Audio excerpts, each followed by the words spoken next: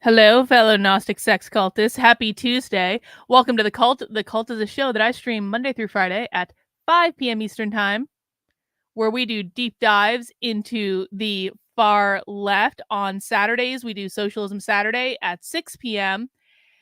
And, occasionally we engage in tomfoolery and other stuff like that. And I gotta say, so check out this idea.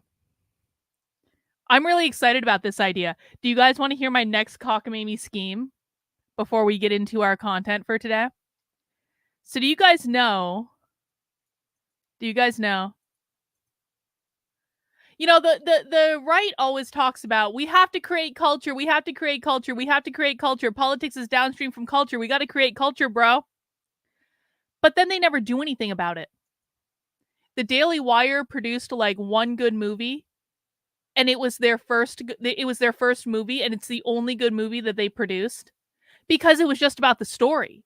And it was a good story. I enjoyed the movie. The movie came out when all the movies were woke, when nothing good was coming out of Hollywood. And so it was like a really big breath of fresh air just to have like one story. And I was like, oh my God, have the conservatives figured out how to create culture? And I got all excited about it. And then they just started remaking other movies and doing like reactionary bullshit. And it wasn't even funny and it wasn't even good. And I was like, ugh. Now, the other idea that people have for creating culture is apparently opening a coffee shop. Now, the idea that I have tangentially relates to coffee shops, but not those coffee shops. I'm not going to be a coffee grifter on the internet. I'm not. No, not interested. What we're going to do is a little bit more, cult-like. Because what I've kind of figured out over the past like year of being the only people on the internet to actually sit our asses down and watch what the left is saying and doing is that this is like a cult like movement. I mean, the name of my show was deliberate for several reasons. It was a reference to the culture war. I like being able to say join the cult. I had a band of unhinged lunatics on Twitter saying my entire audience was a cult, so I was like, why not embrace it? But I think that the reference that I'm taking from it now, it's like this ever evolving reference. This is a cult movement in the best way. What I mean by that, it's like an underground cult movement, isn't it? Because what we're doing is never going to be the mainstream culture. We are at the tip of the sphere. The conservative influencers are literally years behind us. We are at the tip of the spear. And not everyone is comfortable being at that level. I mean, that's just reality, guys. Not everyone is smart enough to be at that level. Not everyone is comfortable enough being at that level. We are the ones that go out and figure out what's going on and do shit in the real world while everyone else is pontificating about academic papers that were written 50 years ago. This is an underground cult movement. It's like the cool kids movement, though. It's actually kind of rad because we're not going to be the ones that are going to be on the New York Times, and I'm fine with that. We're not going to be the ones that are going on Fox News and the suit and tie or any of these things, and I'm fine with that. But we're the ones that are going to do the coolest shit on the internet. We're the ones that are going to do the coolest shit out in the real world. And this, the Unwoke Zen Project that we talked a little bit about yesterday, is a part of that. And we're at the very beginning of this. This is something that's been going on in my supporter Discord for a little bit. If you're not yet in my supporter Discord, head over to karlyn.substack.com. Get into my supporter Discord and come join us for the Unwoke Zen Project. Because what we're doing is we are reclaiming an idea from the left, because the left appropriated the idea of zines from punk rock culture in the 70s and the 80s and the 90s. And the left appropriated this idea and took it for their own. And now the left quite literally teaches children to make zines in these activist clubs that are going on in schools. You don't get to appropriate punk rock culture and not have it taken back by the actual underground at some point. All right? And so what we're doing is we're taking this back and we're using this style of propaganda to make real things that can be printed out by anyone with a printer in the real world, flyers, pamphlets, like books that you can actually little handmade underground magazines. They all have QR codes leading back to my Substack for more information. We've even got Bot has been working on some stickers. And they aren't even in this post. Bot's been working on new stickers. We've got stickers. We can make these into pins. We can go into coffee shops. We can go into bookstores. We can go into like music stores. We can go into all of those cool fucking places that you put up flyers, you put up pamphlets, you hand out literature. Can you imagine we all pick out a day? And this will be happening sometime this summer, probably, but definitely at some point. I don't know exactly when yet. Can you imagine we all pick out a day and in our hometown, wherever that might be, or in a major city, we just target specific revolutionary coffee shops, bookstores, queer coffee shops, queer bookstores, things like that. We all go in with this type of literature. We leave it out on the tables. We take a picture of it. We put it up on the bulletin board, take a picture of it. We post stuff that have QR codes just like this, totally fucking cryptic. No one even knows where it is. We make giant ass posters and we do like they used to do in the old days where they'd be postering out at like 2 or 3 a.m. outside the queer coffee shop, like giant ass posters in the middle of the street, like taping them to shit, all that stuff. What if we all did that at the same time? And then we took pictures of it, we took video of it, made a whole campaign about it. And guess what's going to happen when the lefties who run the bookstores and the coffee shops and the music stores and wherever else we put this shit, guess what happens when they figure out, because they don't look at it at first because it looks like it comes from them, right? So they don't actually take a close look at it. But then they do, and then they scan the QR code, and the QR code comes back to my website where we have all this information for people to teach them. And this is not going to target the conservative right, guys. This is going to target independents. This is going to target disaffected lefties. This is going to target people in their fucking wheelhouse, which are the most important ones to wake up anyway. So we go in, we put all this stuff all over lefty establishments in the real world, all over the country. Exactly, human centipede. They're going to cry and cry and cry and cry and cry. And they might cry so much that we end up on the news. And all of a sudden, these papers, these images, these things that we're creating that anyone can download, anyone can do this stuff, starts to show up on the news. And we start to make noise about that. This is something that is very, very, very achievable with the group we already have, with the materials we already have, and we're only going to make more and more and more and more and more, because the right can talk about creating culture all they want. Culture happens in the real fucking world, and it happens by doing cool shit like this. So I registered a website earlier today that's going to be the homepage for this. I thought it was going to be a different website that I had already registered. But do you guys know what we're going to do? The conservative right and the Q is going to flip their shit over this. The conservative right is possibly going to hate this more than the woke left. We're going to do the unwoke. This is going to be called the Unwoke Underground. It's a play on the Weather Underground, but we're going to be the Unwoke Underground. And we're going to have a place where people can go and download all this stuff to use in the real world. And I'm making a cool ass logo based off of the anarchist logo that's going to have a U instead of an A. And it's just going to be like we're creating an underground fucking subculture out of all this stuff. And it's going to be artistic, and it's going to be creative, and it's going to be bold, and it's going to be fucking punk rock as hell. and everyone can participate in it.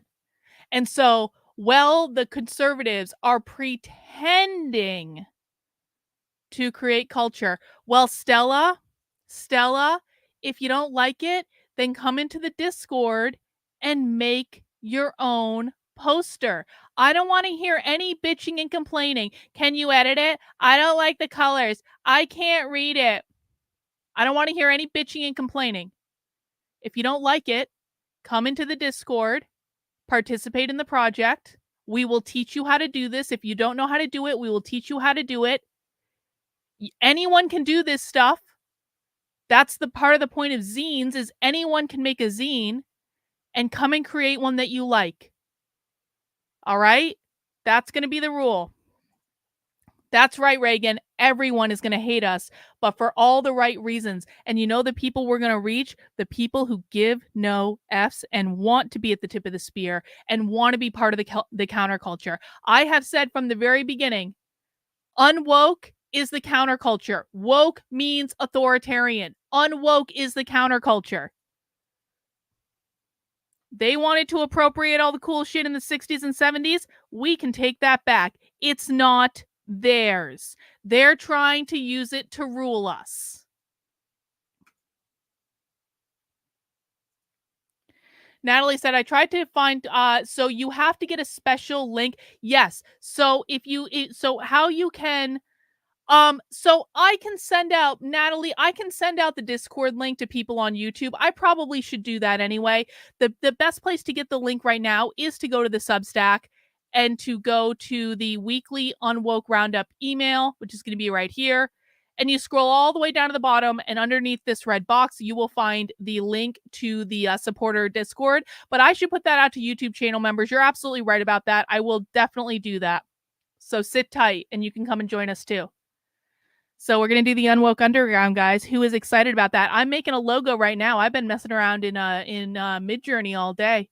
I got some good options. Not there yet. We're going to put that logo on. It's going to be rad, man. It's going to be rad. I literally just want to do cool shit. And everyone else can whine and complain. And James Lindsay can pretend that I have borderline personality disorder all he wants. And if you don't know what's going on with that, James Lindsay literally did say yesterday, I have borderline personality disorder. But he can cry on the internet with the conservative Christians all he wants. We're going to be doing cool shit.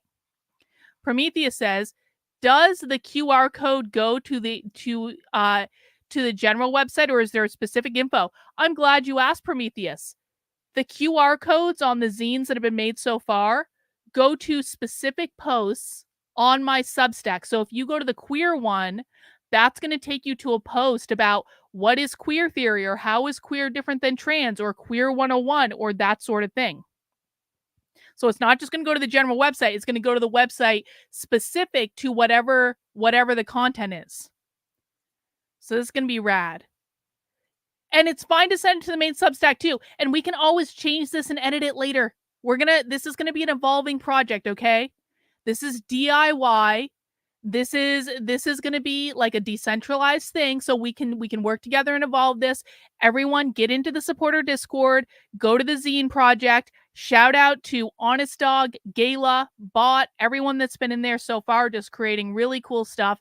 It's going to get better and better and better and better and better. And I'm really excited about it. So that's what we're working on, and that's going to be cool. And today we're going to do something a little different, which is something I've wanted to do for a while. Rottweiler, shout out to Rottweiler. Rottweiler sent me this documentary on Jonestown, and I thought we would watch a documentary about the ultimate socialist cult that is Jim Jones and the People's Temple, in order to glean what we can learn. Also takes place like in the 70s, 80s. So we've got some good kind of like I hate to call them vintage, because like I was born in 1981. I don't want to think of 1981 as vintage just yet, but it kind of is. And we're gonna glean what we can learn. And if you've never learned about Jonestown, it's actually cool, man. Well, it's not cool. I'm not saying a cult in which everyone offs themselves by literally drinking the Kool-Aid. I'm not saying that's cool, but it's an interesting thing. How did this guy get all these people in the 70s to join his socialist cult sell all their stuff, move them to Guyana to start a socialist commune, and then when it all started going to hell, literally got everyone in the community to drink the Kool-Aid and then lay down and die. Like, how did that work? What was that?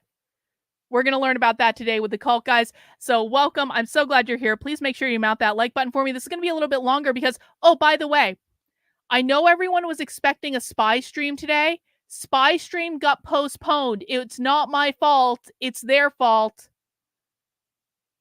I'm not going to say why, but spy stream got postponed, so we have a little bit of extra time so we can watch a documentary. It's going to be awesome. But before we get into that, I do want to do an update about last night. Did anyone hear? Well, I should ask it this way. Who here does not know what happened with James Lindsay and the fan fiction last night? Were some of you off doing more fun things than watching my stream last night about James Lindsay and the fan fiction? Who needs to be brought up to speed? I know many of you were here for the fan fiction last night, and if you weren't here for the fan fiction, I would definitely recommend going back and watching the entire thing. But I'm going to give a little bit of an update. Leonard has no idea. Couple people weren't here. Okay, so here's what happened. We have to do a little bit of an update. Because yesterday, you guys didn't see that. Yesterday, John Morgan is a valued member of my community. He's been in my community for a while now.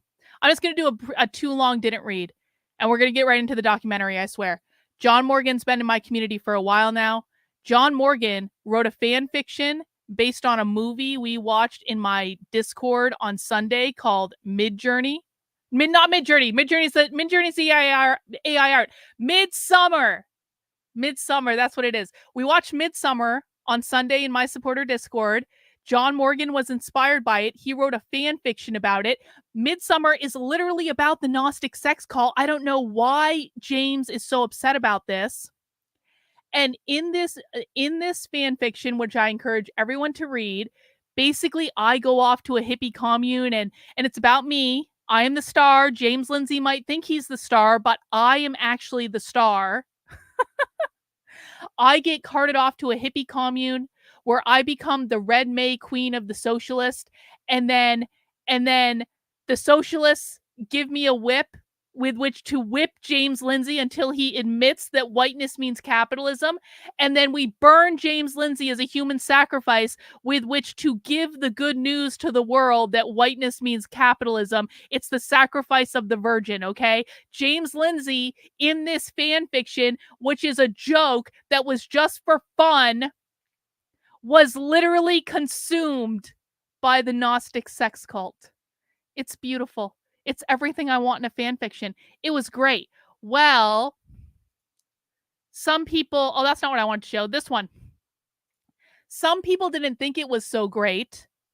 And Poetry Painter, who is a psychopath on Twitter, who's been stalking me for 4 years, almost every day for 4 fucking years, made this big show of saying, I can't believe that Carlin retweeted a fan fiction in which she literally beats James Lindsay with a whip and he is eventually burned alive as a human sacrifice. Now, normal people might look at that and say, well, that's a little silly. I wonder what this fan fiction is about. And by the way, I didn't write the fan fiction. John Morgan wrote the fan fiction. I just retweeted the fan fiction. But Poetry Painter doesn't really have that much reach because she's a crazy person and everyone knows she's insane.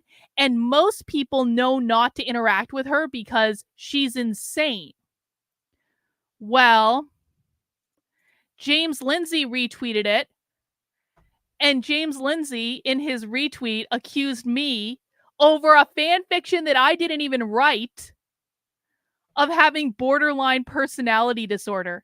And he says, borderline devaluation is a sight to behold. Now, what is borderline devaluation? Well, let's look this up.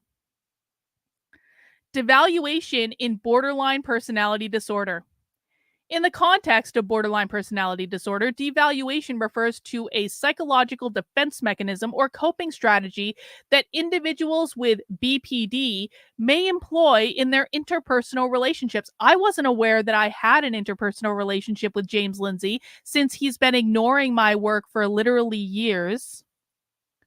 Devaluation involves a shift in one person's perception of others, where they view someone they previously idolized or held in high regard as unworthy, flawed, or worthless.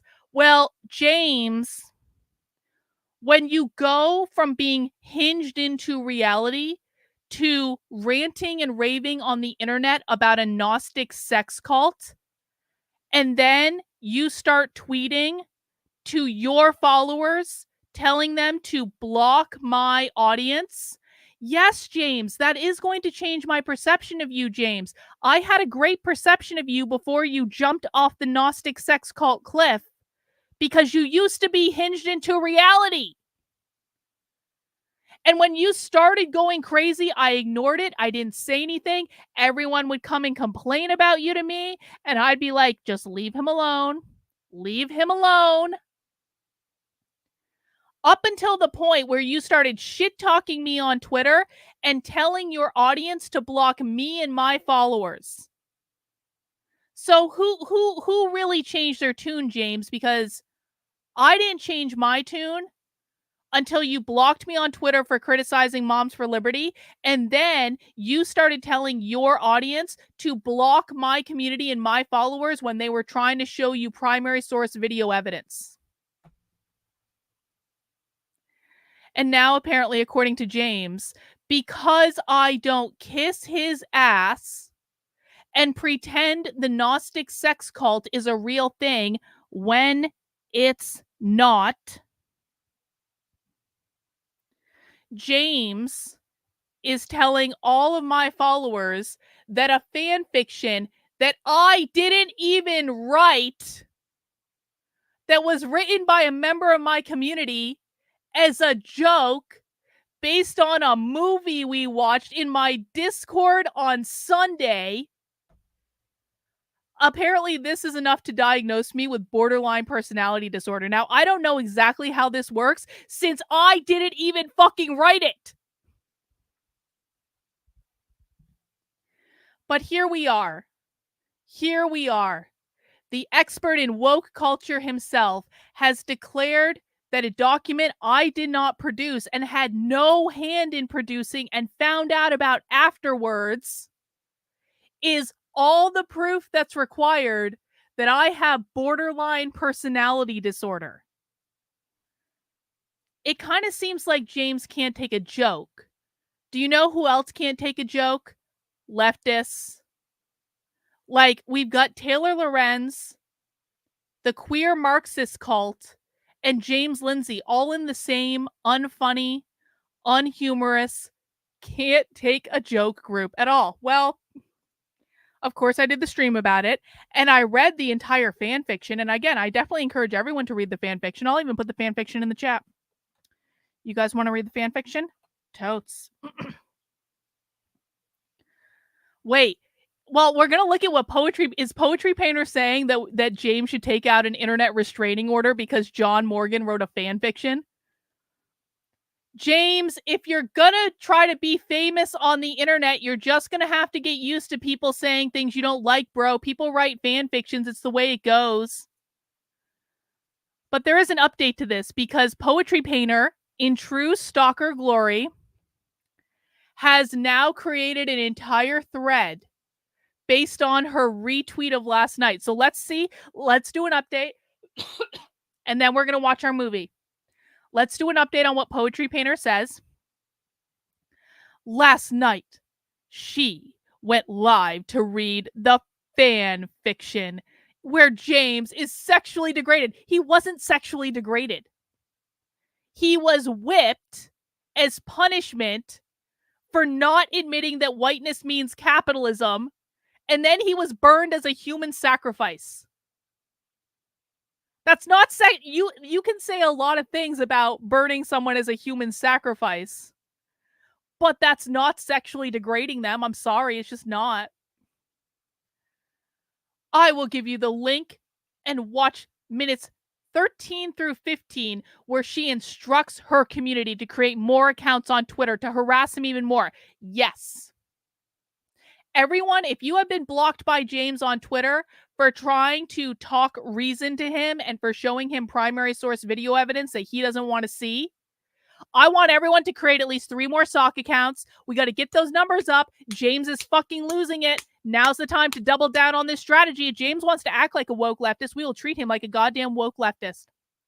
And then she's got this amazing image. Also something I didn't create, but I think is hilarious.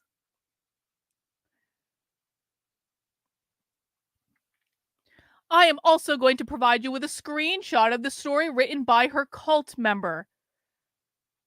They think this is hilarious. Yes, we do. Yes. If you don't, apparently you are woke. Yup.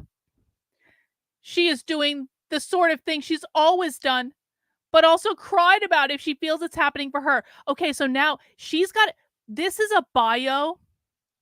This is a bio off of a website that I literally made like 20 fucking years ago.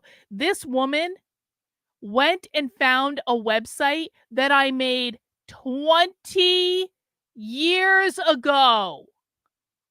And on that website, I said, Carlin first created her first website when she was 16 to ridicule a boy she went to school with and who she thought was a pompous ass. No, she didn't have a crush on him. You know what's funny about her trotting out this screenshot? I'm still in communication with that boy today. That boy that I made the website about when I was 16, calling him an asshole because he was constantly like being a dick to me in school. He and I are still friends to this day. He's one of my oldest friends. He grew up up the street. We still keep in touch today. He literally wished me a happy birthday the other day. So he was so upset about a website that was made, like Poetry Painter is more upset about this website that I made when I was 16 years old than the actual person the website was about. Is he hot? I mean, he was in high school. He's very tall. James correctly calls this borderline devaluation. James failed to cater to her. And now, instead of admiring him as she has done previously, she is seeking to make his life a hell. The following are screenshots from this hilarious fan fiction she released. I didn't release it. John Morgan released it. And then she went out of her way to screenshot the entire John Morgan, don't worry. The fan fiction is memorialized for posterity. These are provided for your edification, so you can see how she has targeted James and others during the past years that she has been in the public eye, and likely even before then. Don't let them tell you this is okay, or fighting for truth, or funny. It's not. So Poetry Painter is trying to police all of us. Poetry Painter is trying to police what people can write and stories people can tell and fan fictions and internet tomfoolery and nonsense. Like, I'm sorry, James Lindsay has like what, 500,000 followers on Twitter, and she really thinks that John Morgan writing a fan fiction for fun is like the worst thing that could ever happen to him ever. Nick says, James Lindsay finally blocked me for criticism of his tweet. Finally! God! He's been like not blocking you like forever. Nick, where did Poetry Painter say that James Lindsay should sue us and get a restraining order? Where did she say he should get a restraining order on us? I'll go into her replies. How stupid. How stupid.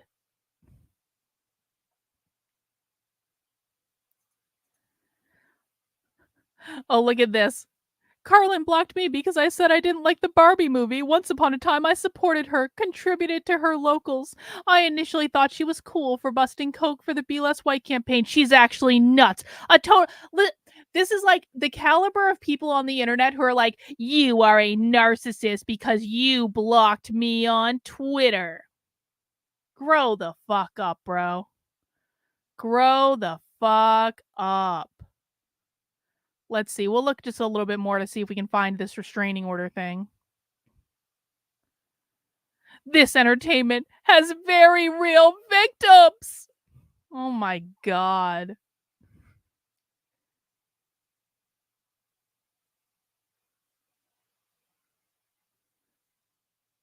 They're saying I'm having a manic. I didn't even write the fan fiction. How am I having a manic attack? You absolute morons. I didn't even write it. Carlin is so manic that she wrote a fan fiction. Oh no. Jesus. Look at all the conversation they're having about me. Look, they're all watching the stream though. They're all watching. They're probably watching right now. Yup. It's literally her pinned tweet because she's obsessed with me. Now, James apparently thinks this is completely normal behavior. She blocks people who disagree with her. You must rigidly repeat her talking points and not dare to disagree or think for yourself. She's forming a cult. Goddamn right I'm forming a cult. Goddamn right. John Morgan is the one who wrote the fan fiction, not me. Nick, you sent me a DM? Hang on, I gotta get into my DMs to find this. Hang on. By the time this bitch was complaining about the fan fiction, I hadn't even read it yet. Let me see.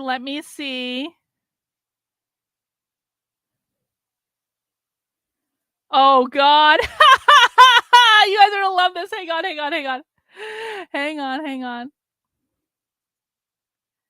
Hang on, I need to save it. I don't want to dox no one.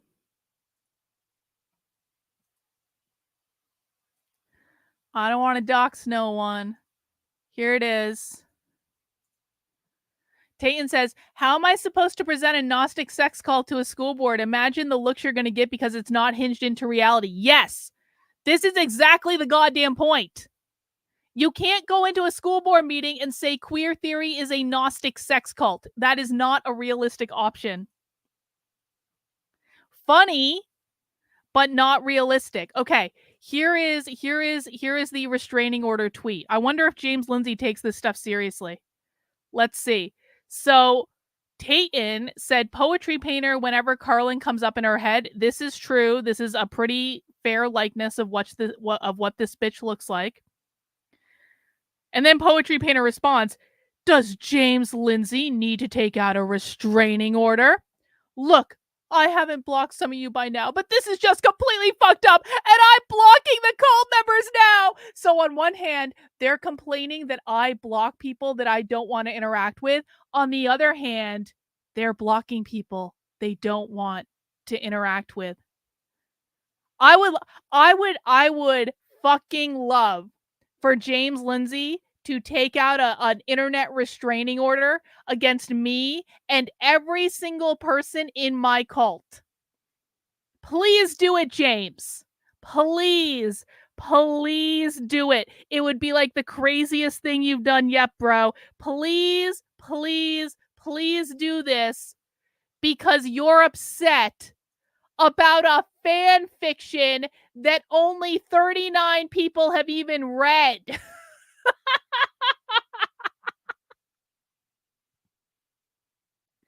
Well, I guess a lot more listen to me read it on the video. And I do want to do a podcast version. I want to get some other voices involved, and we're going to do a podcast reenactment of the fan fiction. So, eat a dick. I will do whatever I want on the internet.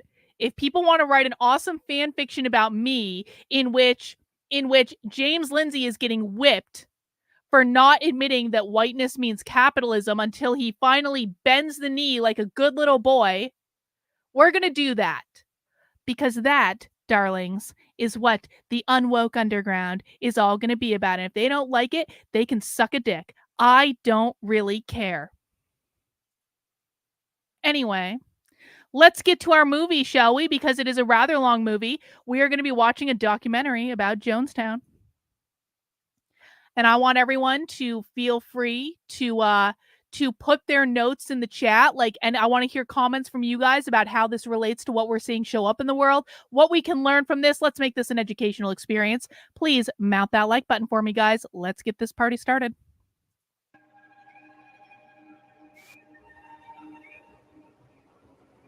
Good evening. Here's what's happening. We're interrupting our special broadcasting to bring you this special report. Yesterday afternoon, 5 Americans were shot down by other Americans on the airstrip at Port Kaituma, Guyana. One of the dead, Representative Leo Ryan of California. They'd gone to investigate a cult called the People's Temple, headed by a man known as the Reverend Jim Jones, and they were killed by members of that cult. Appalling as that was, it did not prepare us for what was to follow. What you're about to see almost defies description, and some of you may not want to watch it.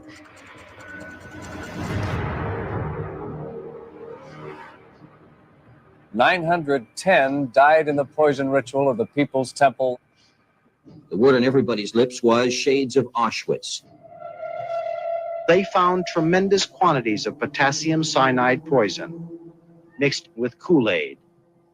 The bodies seemed awful and orderly, not flung about like corpses after a battle, but neat, hand in hand sometimes, arms about each other's shoulders.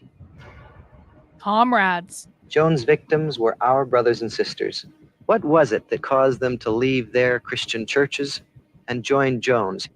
Why in the world did so many people agree to kill themselves?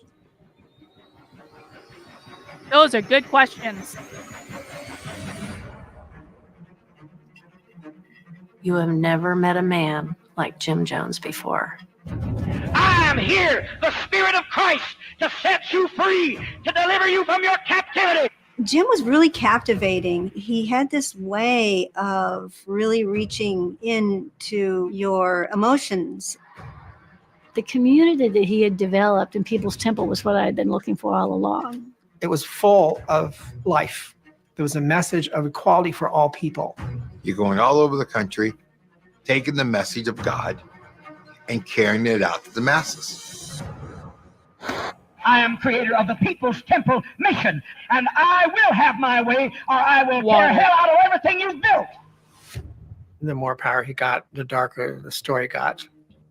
What my father was doing was building a little kingdom for himself. Your whole life, it was all based around the church.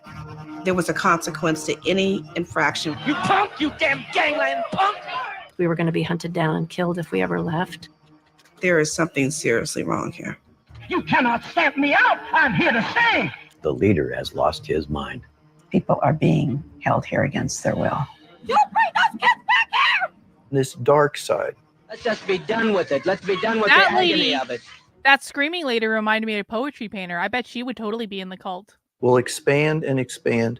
Hurry, my children, hurry. Until finally it explodes in the Guyanese jungle. Don't you dare talk about James! If we can't live in peace, then let's die in peace.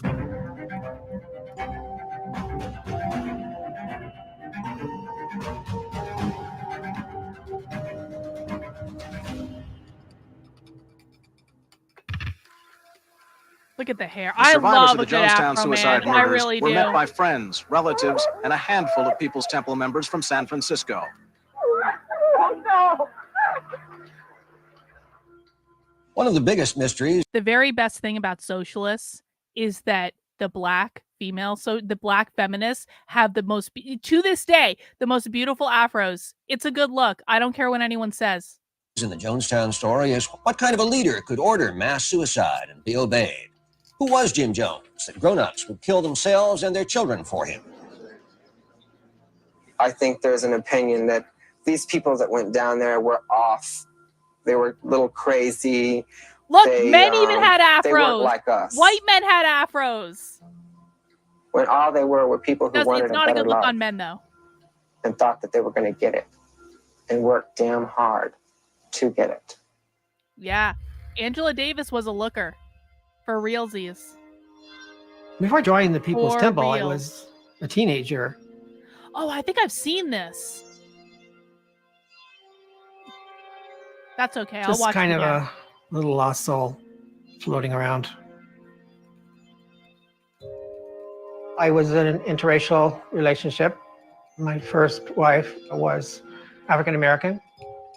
Our relationship was not embraced by family, either hers or mine.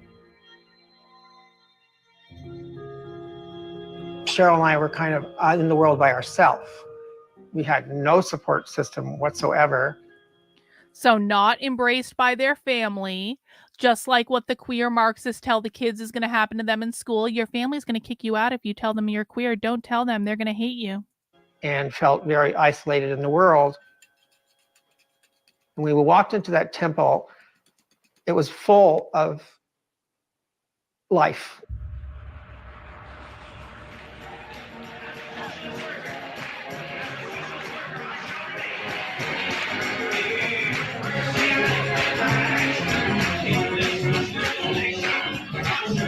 Everyone was singing. It was very alive. It was very up, and people dancing in the spirit. Holy shit! An I just saw the tweet that Nick got blocked by James for. Nick literally said to James, this guy is a socialist and literally telling you that capitalism is the problem. Why aren't you telling your audience? James Lindsay blocked Nick for explaining to him that the guy is a socialist and literally saying I can't, fuck this asshole. James Lindsay deserves all of the online shenanigans that we can possibly muster. James has fucking sold out. We need to mock James relentlessly until he bends the knee. Racial couple, and there was a message of inclusivity. There was a message of equality for all people. Nick Incognito. People were passionate. People were engaged. Fuck that They were asshole, talking about man. that there was this injustice in the world and, discrimination. And so that moved me. I ended up in People's Temple because my sister got involved in heavy drugs and my mother just not knowing where to turn. So a friend of hers told her there's this church that has a drug rehab program for youth. I felt like I was a part of this incredible community that put self aside because there was a greater good. And the greater good was to ensure that babies didn't go to bed hungry, that there was equality for everyone. I liked that. I liked the thought that I could actually make a difference. The first time I went to a People's Temple meeting, as soon as I walked in the door, I felt like I was home. In the summer of '66, I volunteered to go to Vietnam. I was 19 years old and it really messed with my head. When I was discharged from the Marine Corps, I didn't really know what to do with myself. I was searching spiritually. That button looks good, bot. The People's Temple was a perfect kind of synthesis of what I was feeling at the time, spiritually and politically. And I still hadn't even met Jim Jones yet. There is, in fact, somebody to respond anytime there is a need. The man who is, in fact, People's Temple. Let me present to you Reverend Jim Jones.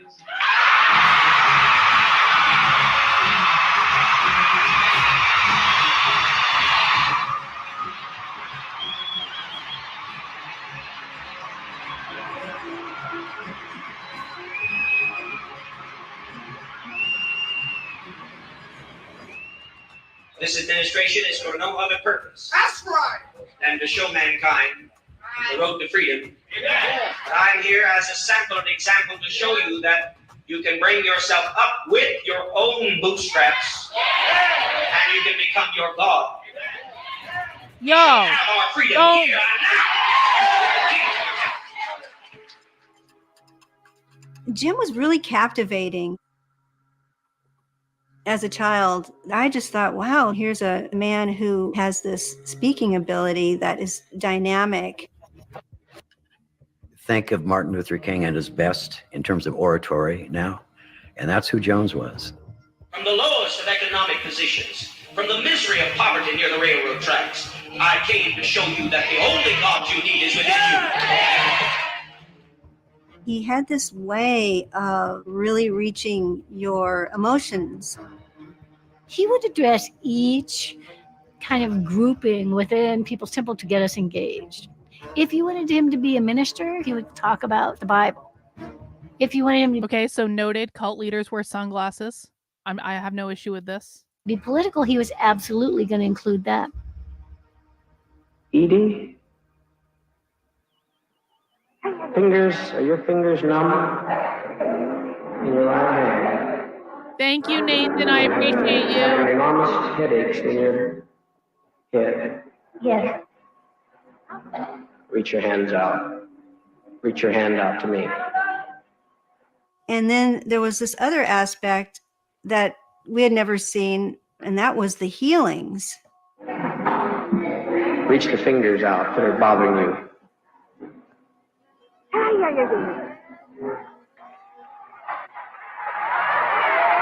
Now, is the pain gone?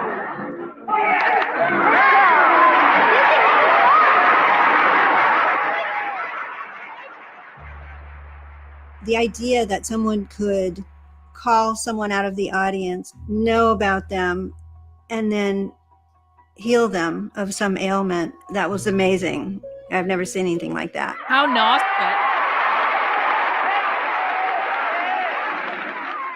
During the course of my time at the People's Temple, I witnessed many, many, many healings. Come forth, my dear. Stand up. Take that step. Take that step. Move forward. Move forward. Walk briskly. Walk. Even though I'm a skeptic, I had to be convinced because what's real is real. What I could see, I could see. He said, in the name of Christ, you're healed. And my pain was gone. And now, a year and a half later, it's still gone. And I praise God for that. I've been waiting all this time since Vietnam to contribute my energies to something that I felt was actually doing good. I jumped in with both feet. The one thing that I never thought, never even dreamed of, is that our biggest enemy was the leader.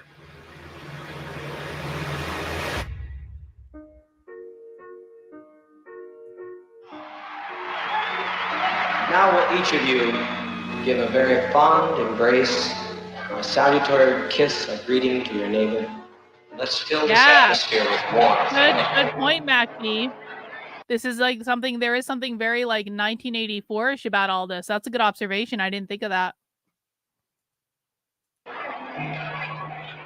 I mean, there's got to be some kind of profile of people who are like susceptible to this type of groupthink. And to be really clear, like, even though we joke about this being a cult, like, I never want you guys to become like a groupthink entity. You should always question everything I say. If I'm not showing you receipts for something, you should damn well question it. Absolutely. But there's got to be a type of person that is drawn to these types of things where it's like, it's just like an oversimplification of how the world works. It wasn't just Jim Jones standing there. It was really the ambiance that he created around him. His wife, Marceline, sitting on stage, seemingly, mesmerized by what he was saying. Well, it's kind of like Trump, and isn't he'd it? always talked about himself as a family man. Jim had adopted kids of all different races. So, I was pretty sold that he was a good dad and a good leader. When the Joneses decided to adopt, they came up with the concept of the rainbow family. Let's try to vary our family so we will be the living embodiment of how people of all races come together and belong together.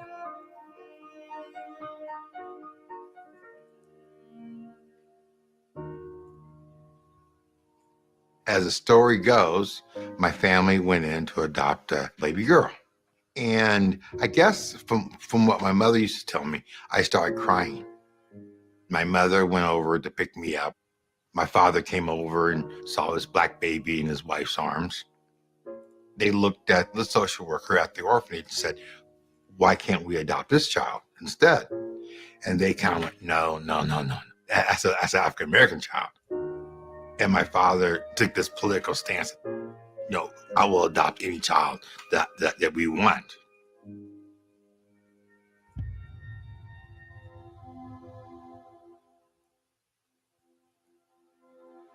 So I probably should say I never liked the title, The Rainbow Family. We were a mixed bag for sure, especially for that time. Now, in many respects, that's lovely, regardless of the motivation. But what I felt was that much of what was created as a family was done for show.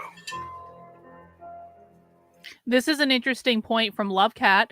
Mark Vincente says he joined Nexum because it felt comfortable doing what he was told, took a load of responsibility off of him. He said this in a Richard Gannon interview just the other day. I mean, you know what? Like, there is sometimes comfort in just letting go, abdicating of all responsibility, saying, tell me what to say, tell me what to do, tell me what to wear, tell me what to eat, tell me, who I am. Yeah, exactly. Yasmin, freedom is full of responsibility. When you are someone else's ward, or you are part of someone else's group, and you are giving yourself to that person and absolving yourself of responsibility. Well, yeah, I mean, listen, people engage in BDSM for a reason, man. Like, why do people think that dominatrixes are patronized by high-powered men? Because these men are in power and control, overseeing people, overseeing millions of dollars in their public lives or in their real life. And then they go to the dominatrix to quite literally get taken out of control. Because there is comfort, and it's not even just sexual. There's comfort, although it can be sexual, but there's comfort in just letting go of responsibility, letting go of control, letting someone else own you.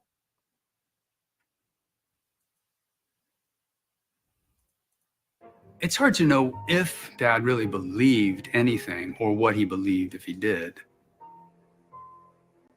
My father was starved for attention from a very early age, and that never let up. If anything, it intensified.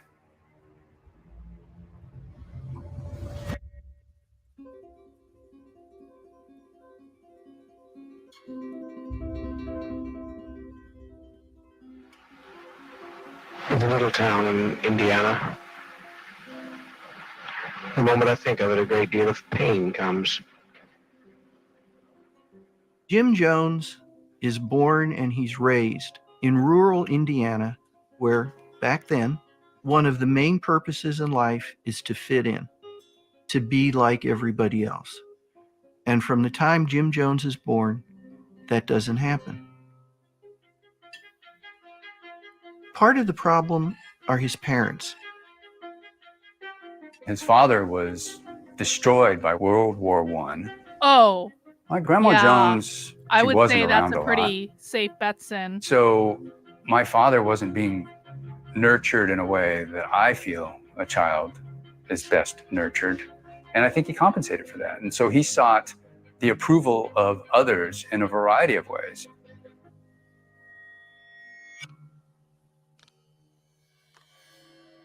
In a small town like Lynn, Jim was a little on the weird side. Jim had this flair for the dramatic, and I think he enjoyed being dramatic. He would recruit the other kids to come to elaborate funerals he's holding for roadkill. I don't know whether it was just for its own sake or whether it was to freak people out. All the boys in Lynn during World War II started playing war games. And they all wanted to be Allied soldiers, except one. Jim Jones was mesmerized by the way Hitler could have a whole audience enraptured, stand up and he was perform literally Hitler. and order people to do things, and they would do it. Come on, that's He funny. was eccentric, and that could be off-putting to some children. He was very controlling in his nature. He did spend a fair amount of time on his own. He was left to his own devices. So where could he find this community? I think with my father, church was where he could find solace, find peace. The other boys want to play baseball, ride their bikes. Jim joins 5 different churches. And as a child, he saw that in those church services, there was one guy, the guy that was talking, that got all the attention. My father's picking up different components of each religion. But I do think you ought to say it for the glory of God if you're that too much smart. Baptist preacher who would slam the Bible down. Hallelujah. Glory to God. The Pentecostal person talking in tongues, skipping up and down the aisle. Jimmy's not just watching the people rolling on the floor. He's paying attention to these preachers. What do they say? How do they get people built up to this point?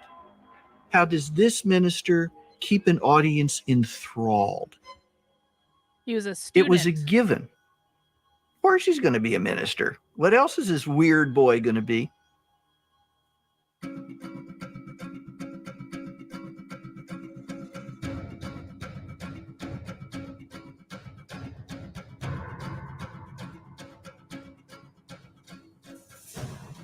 His mother instilled in him this concern for the downtrodden, the have-nots. And I think that he genuinely felt it was wrong that people be judged by the color of their skin or their background or what they come from. His message resonated more with African Americans. They were so tired of the Jim Crow laws. Isn't that interesting? I'm going to tell you one thing, darling. You and me are the same. To the white man, we're the same. They don't think any more of us. They don't want any more to do with us. Jones in the black community in Indianapolis becomes a hero. But you can only go so far in Indianapolis. He was not going to be just a small town guy. He wanted to be more universally known. He was not somebody committed to the Word of God or the Bible. He wanted notoriety. He wanted power. Where is the power? That's where I want to go.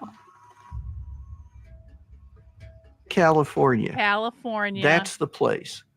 That's Obviously. where you can make things happen. But he had to bring as many of his followers as he could. California. What's he going to tell them the everything. reason they have to go?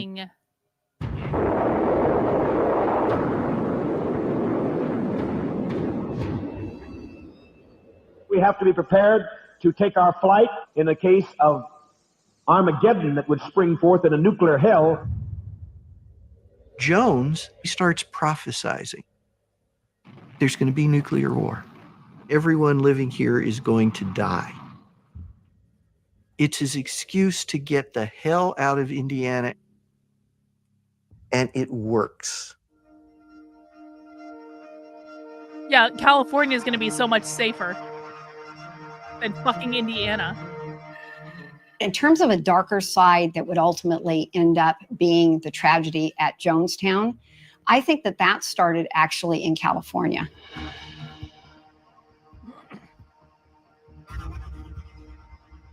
Regardless of what good works the temple was involved in, what my father was doing was building a little kingdom for himself.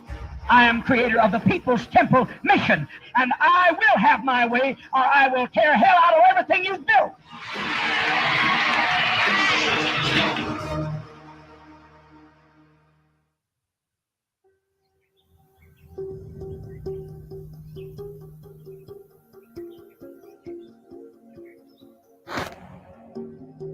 We got to River Valley. We had some resources and people moved into different homes. And Jim had bought this home with this big grape field in front of it. And shortly after, Jim had the resources to build a church. When they relocated to Redwood Valley, a new group of people were attracted to the preaching of Jim Jones, and this was this white educated elite. The membership of People's Temple at that point tripled. My life changed when I moved up to Redwood Valley. It was really kind of nice, having been raised in the city.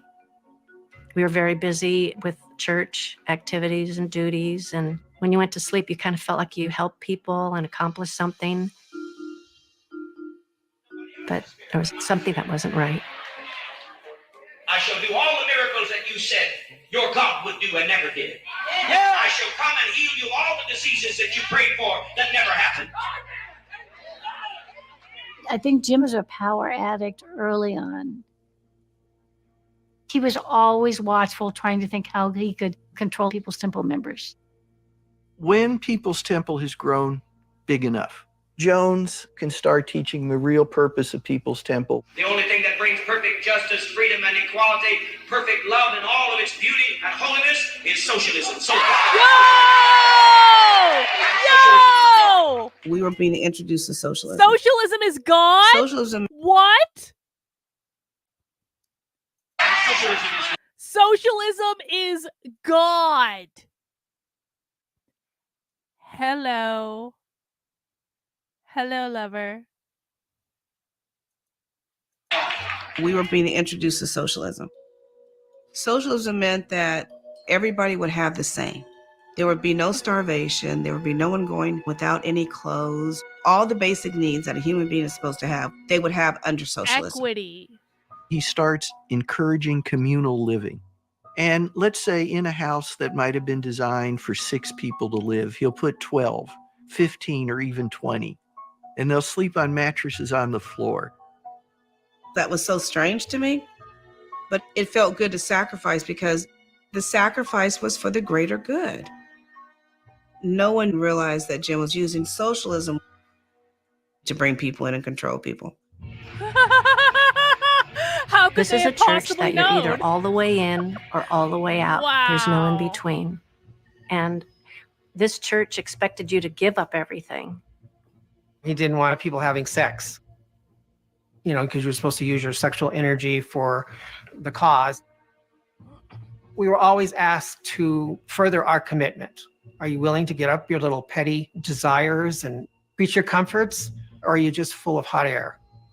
I don't own a car. I don't own any new furniture. I never buy any new clothes. I have never bought a new pair of shoes in my life. And that's... I don't understand these cults that prohibit people from having sex. Because, the cult is going to die out. The Shakers are the same way. I don't know if people so the Shakers, there are still Shaker villages in New Hampshire. I think there's some in Maine, and they make beautiful furniture. But the whole thing with the Shakers is no one had sex. And so the Shakers used to have a lot more members, and then they all died out. Because no one was having sex. And it's it is a real thing that sexual energy, creative energy can be channeled into other things, because sexual energy and creative energy are the same thing. Sex is the ultimate creative device. You can literally create a child. But it's you know about the Shaker's sin? It's just it's a lack of foresight. How do you expect, if you are going to move your cult from California to Guyana and no one has sex, how do you expect to perpetuate the cult? Why I am free. You're not free. You're a slave. You're doing just exactly what the man wants you to do. Everything went to People's Temple. That's why the socialists All have the a lot of things sex. that my mother had, antiques, china, and his beautiful home in Ukiah. My mother gave her house up for Jim Jones. The whole idea of going communal is that you start to cut down on the outside influence. Everybody is working as much as possible. Jones said to one of his followers, the key is keep them poor, keep them tired, and they'll never leave. No, there's truth to that, Jones' isn't there? spiel was that Keep 'em family poor, keep 'em relationships tired. are the sickest relationships of all. Oh! So the families were separated. Family relationships are the sickest relationships of them all. Gee, I wonder where he learned that. I cared for 4 children myself that were not mine. They were someone else's children. Now Jones wants his followers to refer to him and Marceline as father and mother. Marceline loved the idea they were a I team. forgot They about were that. working together. He pretended he was a family of man, choice. but really that was all a facade. That was all the public persona. Nothing is as it appears. Most people had no idea Jim was not being faithful. He found another long-term companion. Her name was Carolyn Layton. And Carolyn was absolutely enraptured of Jim Jones. The things he was saying and doing mirrored her beliefs. As a young child, I think I first started noticing that when Jim would leave at night and come home in the morning, his not being faithful. It was just wrong. I was mortified, horrified by it. That's when my esteem for him gradually fell apart. Eventually, I remember my mother wanting a divorce. She wanted the kids. And Jim said, "You will die before you take my kids away from me." This dark side that appears really for the first time in Ukiah will expand and expand until finally it explodes in the Guyanese jungle.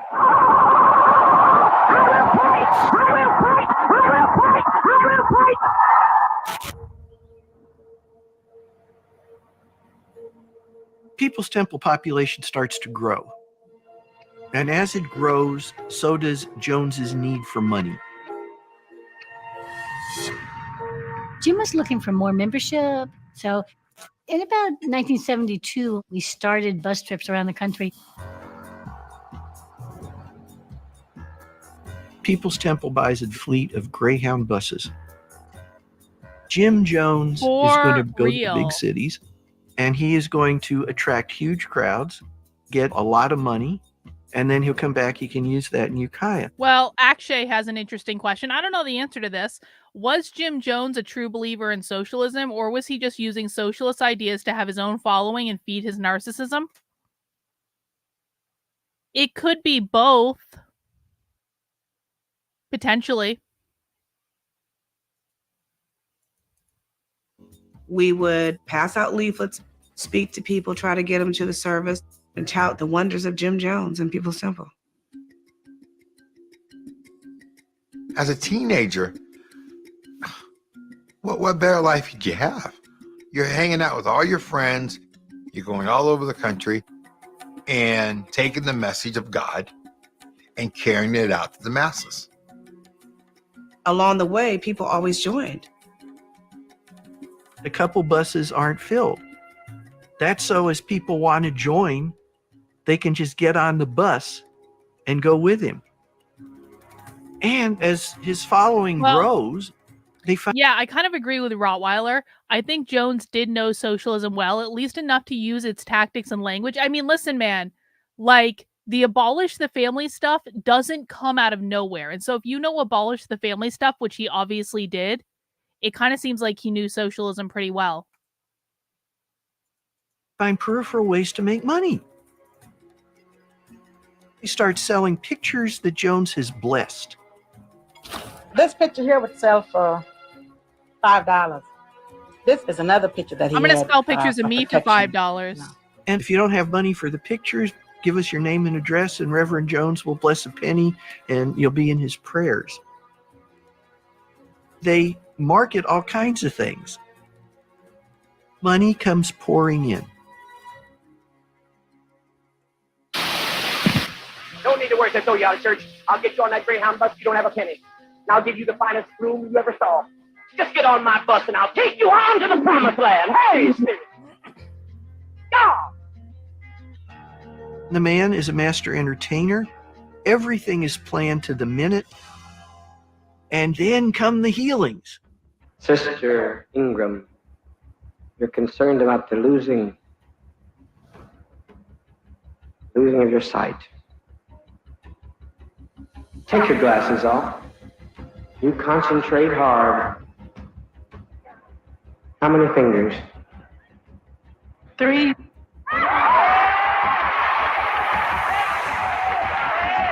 You've been feeling pain here in the chest? Yeah. Look at my face. Where's your pain? Don't mean it, dear.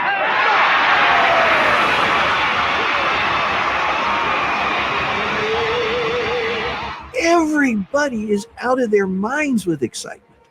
And Jones has never been more dramatic. One time, a person broke their leg. So they were taken to the hospital and put a cast on. The next service, the name was called and asked if they wanted to walk again.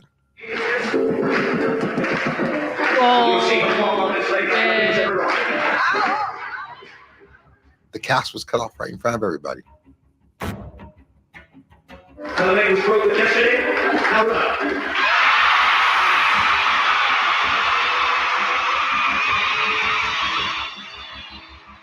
You're seeing this woman who's all of a sudden running through the church and everyone's just excited and Father's healed her. And then a big thing at the time was removal of cancers. You have a cancer. I can tell. Come forward. I'm going to heal you.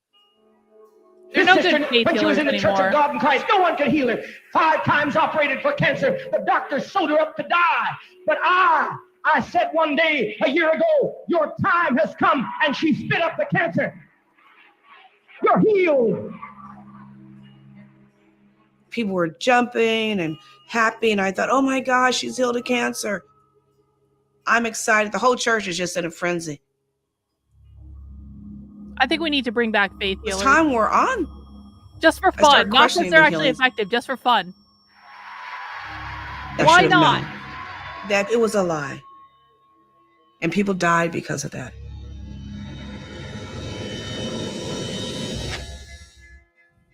It's time we're on. I started questioning the healings. There's a rumor that there was something nefarious going on. The healing with the woman that they cut the cast off and she's running around.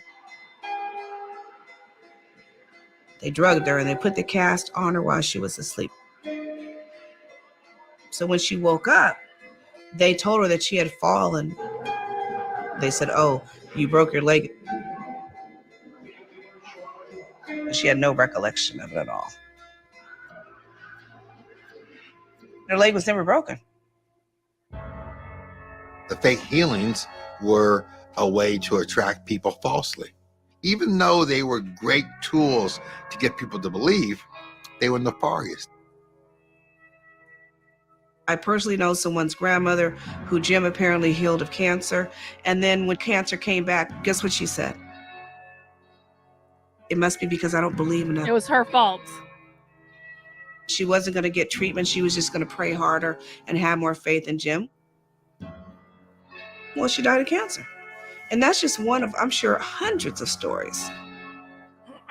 See, I feel like this is kind of like this. Okay, it's not exactly the same thing. I'm about to make an analogy, but like I feel like this is why I'm so pissed off at the James Lindsay stuff, because I feel like James Lindsay, and this is an analogy, I'm not saying this is exactly what he's doing, but I feel like James Lindsay is like luring parents into this world of the Gnostic sex cult and teaching them that this is all about one thing over here and convincing them that it's about this thing and it's not about this other thing over here. And that's going to result in those parents that he's lured into his delusion to have their kids taken away or their kids fucked up by the schools in a completely preventable thing that would have been prevented if James Lindsay hadn't dragged them into the delusion of the Gnostic sex cult. I think it's like exactly the same goddamn thing. And the consequences are going to be just as great. So James can say I have borderline personality disorder all he wants, but I'm not the one misleading parents in this scenario. This is one of those areas where that should have been a red flag that I just ignored. I'm not saying it's right, but I believe the temple was an opportunity to create something that was truly great. And that's why I stayed as long as I did. The temple was set up so no one could join the church without first being checked out thoroughly by Jones. Everything required him to be involved. You needed to be And the it's like pressure the got to him. communists. It's like the communists. You can't join the communists unless they vet you. And Jones became an abuser of drugs. Jim Jones shared with the congregation that he had to take something to keep him up because he worked 24/7, 24 hours a day for the cause of socialism. Worked 24 hours a day for the cause of socialism. Rottweiler, thank you for the super chat. I believe the Gnostic I believe the Gnostic BS will be a case of a self-fulfilling prophecy. James Lindsay will cause the Bible-thumping Wignass to do a Yeah, I mean, I actually don't disagree with this, Rottweiler. I really don't. So James Lindsay was the one that predicted trans Floyd. And I don't actually think he's wrong about that. A broken clock is right twice a day. You have to give credit where credit is due. But James Lindsay, with his Gnostic sex cult bullshit, is going to cause trans Floyd to happen. Because all he's doing is spinning up these kind of like simple-minded Christians who are like, all trans people are bad, and they're trying to groom our kids to have sex with them. And he's spinning them all up, and he's feeding them the same lines of bullshit over and over and over and over and over again, and they get pissed off because of course they would. James has convinced them that the trans teachers in school are trying to sexualize their kids to, like, you know, do things they shouldn't be doing. Any parent would be upset about that, and at some point someone's going to get spun up and someone's going to do something stupid. This is what happens when you don't hinge people into reality. So I think that's exactly on the money, Rottweiler.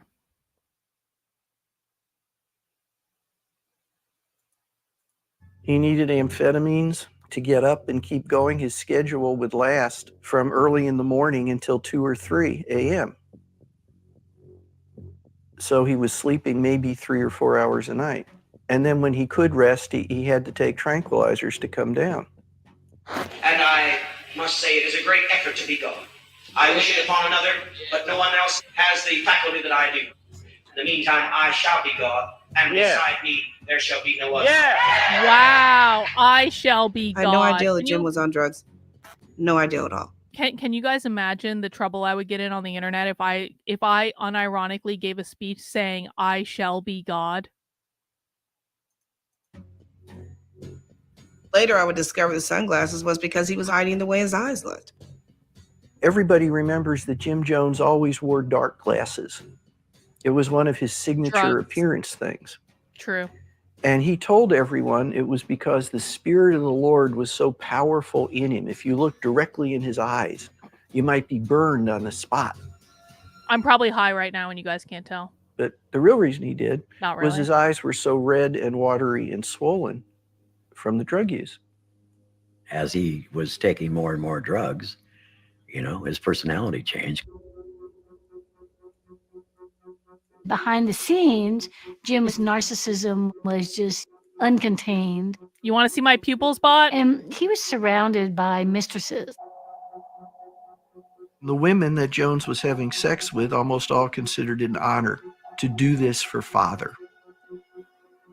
To have sex with Father. He portrayed himself That's as a not martyr, perverse. that he would have to have sex with these different members to solidify their alliance, to solidify their loyalty. He made a lot of really crude remarks. If I need to get you to socialism on the tip of my dick, I'll do it. Oh, wait. James Lindsay, a couple people in the chat now have said that James is switching out Gnostic for Theosophic, and that it's not even an accurate version of what that means. Hang on, someone else said this too. Tom, he's now calling it a Theosophic cult, which isn't entirely false, but that's way in the background and not what the current activists emphasize. James has lost his goddamn fucking mind. What the fuck? Did James really expect that when he jumped off the goddamn deep end of like easily disprovable lunacy that people were just going to go along with it because he's James Lindsay, bro? It's James that's expecting everyone to be a mindless drone and follow along after him as though what he's saying has any basis in reality at all. Yes, everyone update the memes immediately. Time to do a new batch. James has lost his fucking mind. Michael O'Fallon is one of the people who funds James. He's the guy that runs he funded New Discourses. I forget the name of his organization, but it's some Christian organization. And Michael O'Fallon, I never liked that guy. He has a giant stick up his ass. I never wanted anything to do with him. I stayed as far away from him as I possibly could. Michael O'Fallon is the one giving the talking points. He's been talking about of course, this is all fucking hell. This is what we knew was happening. This is all coming from the guy who is funding James's stuff. I'm sure it's just a coincidence that all the talking points are coming from the guy who's footing the bill. This is why, guys, I do not have any big funders. Everything I do is grassroots funded. I made it a point. It's not that I can't get big funders. It's that I do not want them. I want my funding to be evenly split over normal people, so I don't have people like trying to say, here's another $10,000, Carlin. If you just say this, we're going to give you more money and more money and more money. I don't want that. That's why he's sold out. Sovereign nations. Thank you. Sovereign nations. Oh, God, I hate this so much. Each time he had sex with somebody, he did it as one more notch. And they're trying to connect everything. Like, James and Michael O'Fallon are literally the meme of the guy at the giant, like, corkboard with all the fucking strings, and he's smoking, and he's like, all the strings are connecting. This is they have literally turned themselves into a meme.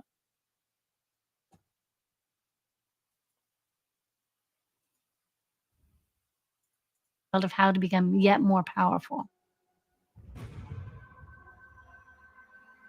Jones always said, the ends justifies the means, which means you can do anything you need to do to get to where you want to go, because the goal is for the greater good. So no matter how you get there, which excuses anything, any behaviors at all.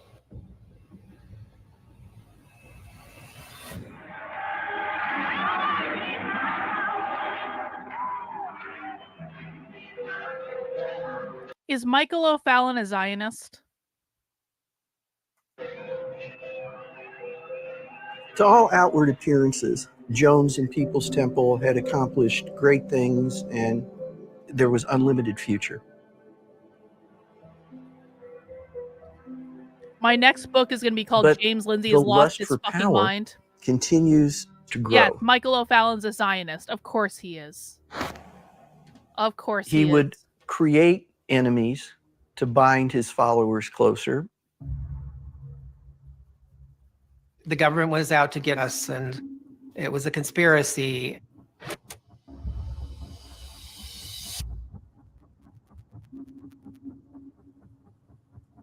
Look at all the people that have been killed. Look at all of our young people who are in prison. Actual events were used to solidify his position. And it was extremely effective because there was truth to it. I just come in from Washington, just flew in on the plane from the conference with the top-notch leaders. I listened to them talk about planned takeovers. I listened to them to talk about it like it was just an ordinary I'm going to Sunday start talking school like picnic. this on my stream. Task force warns nation to get ready for riots and to get ready for martial law. They're going to put all the poor people away, and they're going to come for you. They're going to come for your children. There was so much paranoia about the ways that law enforcement was going to break up the community of People's Temple. They looked at themselves as people who were being persecuted from the outside. We ended up going to church more and more. Before you knew it, your whole life, it was all based around the church. Now we're in an isolationist mode where Jim would tell us that that Black people were going to be put in concentration camps. Dictatorships that can come in like they did with the Japanese. So this country won't ever do that. It did it already. He's tapping into people's fears. He's tapping into people's insecurities. The paranoia was real in People's Temple. Get ready for identification marks to be put on your body and an identification number even necessary tattooed on you. You say, oh, America wouldn't do that. Don't talk to me about what America would not do. We lived through Martin being assassinated. We've lived through Malcolm being assassinated. Those are good points. Robert Kennedy being assassinated. Assassination for leaders was something you thought about. Jim was saying that he was getting death threats because he was making such a difference and stirring up so much controversy in the community of bringing Black people and white people together that he was a threat to the status quo.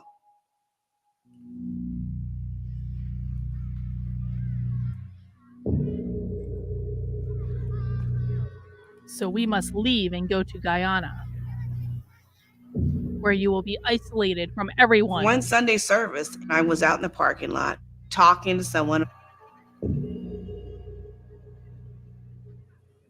We're all out after church and we're having festivities. The kids are playing the basketball court. We got tables out for the meal in between church. Bright, sunny, beautiful day. We were enjoying ourselves.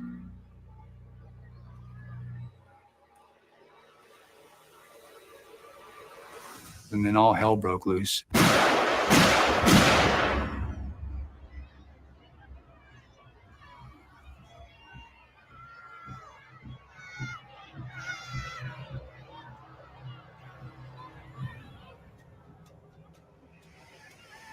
People were screaming, "Father shot." There's blood flowing from his chest. Father's been shot, and screams and a lot of anguish, people crying out. There's someone trying to assassinate Jim Jones. Then they rushed everybody into the temple. Assassination? We're scared because we don't know if someone else is out there shooting. Was it one shooter? Was it more than one shooter? And so we're in the temple and people are just in a panic that we might lose Father. Staged his own assassination. A mourning quiet comes over the whole community. I was really afraid. The idea of outside threat, the idea of them and us, if you weren't with us, you were against us. That was the message we heard constantly. The doors opened and one of Jim's security was carrying the shirt with blood. There's red stains on it. And there's 2 holes that you can put a finger through. Oh my God, they said he healed and Jim's himself behind him, but there's not a mark on him. Yo. Oh my He's healed himself. God. You can put me into the noose. You can hang my body, but I'll spring up again. You cannot stamp me out. I'm here to stay. Oh my God. People are in a frenzy. I mean, crying, joyful, ecstatic. The energy was just, it was just electric. And we're thinking, oh my God, Father healed himself. Yeah. You've never seen anyone shot down as I was before your eyes with the blood spurting from the body and heal themselves. Yet I, the socialist worker, did that. The socialist workers How can many heal believe themselves. that I am the Savior? The only Savior. Wow. They were convinced that this man is God. It brought people together. He was going to be the force, the person who was going to lead us to the promised land.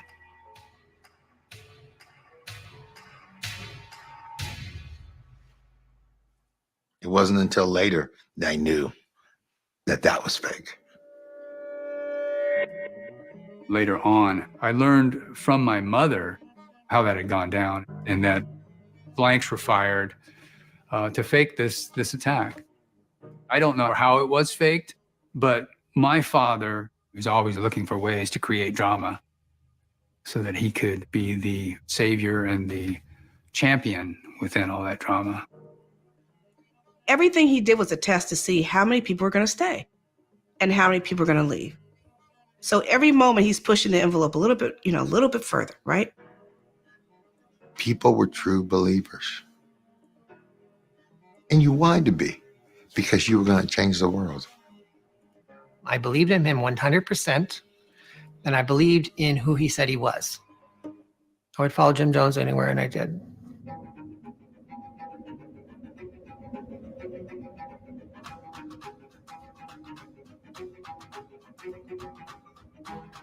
When we moved to San Francisco, things went to the next level. People's Temple is getting more people. They're getting more money. It's all the fame good, bro. is You're going to be spreading. fine. It's going to be okay. But you can only go so relax. far in Redwood Valley. In San Francisco, we have more political strength, and that's important. You got the backing of some people. We build outside of the city. We don't have that backing. In San Francisco, he is going to gradually insinuate himself until he becomes a power broker.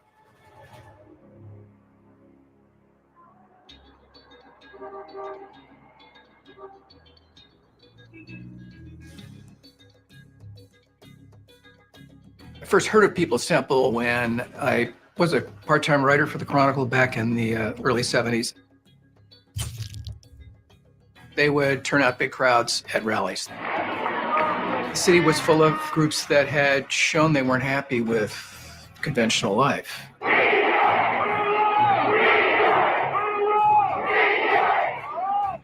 Jones very much played into that.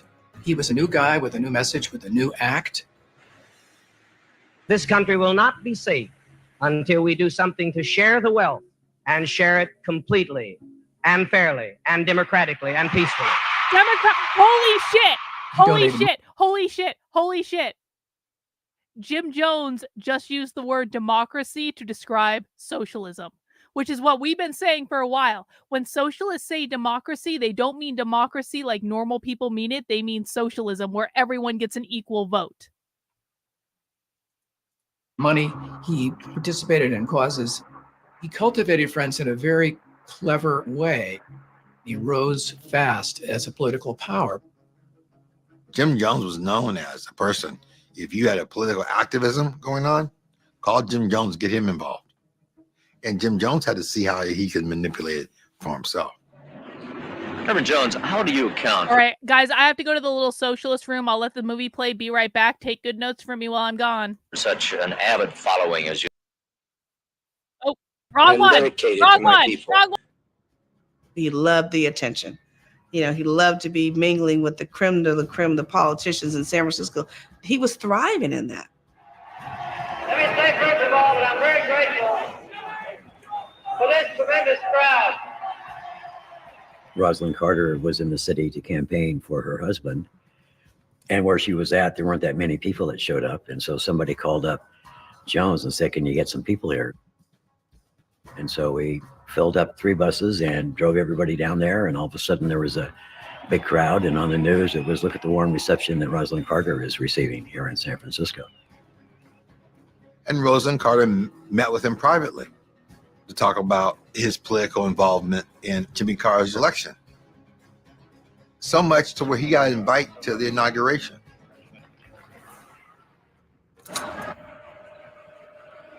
The legend of Jim Jones and People's Temple is out there, and money comes pouring in. Very much interested in this. He's becoming more and more popular. The newspapers cover him like a celebrity. In San Francisco, you got Willie Mays, you got the jazz scene, and now all of a sudden you've got Jim Jones. My father was always Hang grandiose. on. Far I back. saw a question come in the chat just now. Mary says, are there any Christian leaders or commentators who you think really understands Marxism? Nope. Nope. Not that I know of, not that I can name offhand. And I'm not saying Lauren Chen is dumb or anything. I think Lauren Chen understands more than like the average person. Do I think Lauren Chen understands it like we do? Nope. I don't think many people understand it like we do. Because I don't think Lauren Chen has like paid attention to the on the ground activism. So I can't think of anyone. If anyone wants to give me a specific name, I'll respond to it, but no. Mel K isn't really, I wouldn't consider Mel K to be a Christian leader, but Mel K does understand it. No. Now, Liz is a lovely lady, and Liz has been very good to me in terms of like pushing content out there, and I think she really does care about it. Does she understand it? She could do some work. And I mean that as constructive criticism. I'm not trying to shit on her or anything. Back as I can remember, and that grandiosity only grew as the temple grew. He was always managing his image of himself because he was always at war with that voice inside of him, I believe, that was telling him he wasn't enough. He was a fraud. And I think that's where drugs really came in much more heavily. Jim Jones had always been mistrustful of most people, but the rampant drug use increased his paranoia. As the temple grew, Jones felt like he's losing touch with rank and file members. He feels as though some of his people may betray him. So he creates the Planning Commission. The Planning Commission was made up of the leadership of People's Temple. And they were the ones who were closest to Jim Jones personally. They were the ones that were making decisions about the day-to-day operations of People's Temple. At their meetings, it gives Jones a chance to sit there and listen to what people are talking about and get some sense of the way his people are feeling.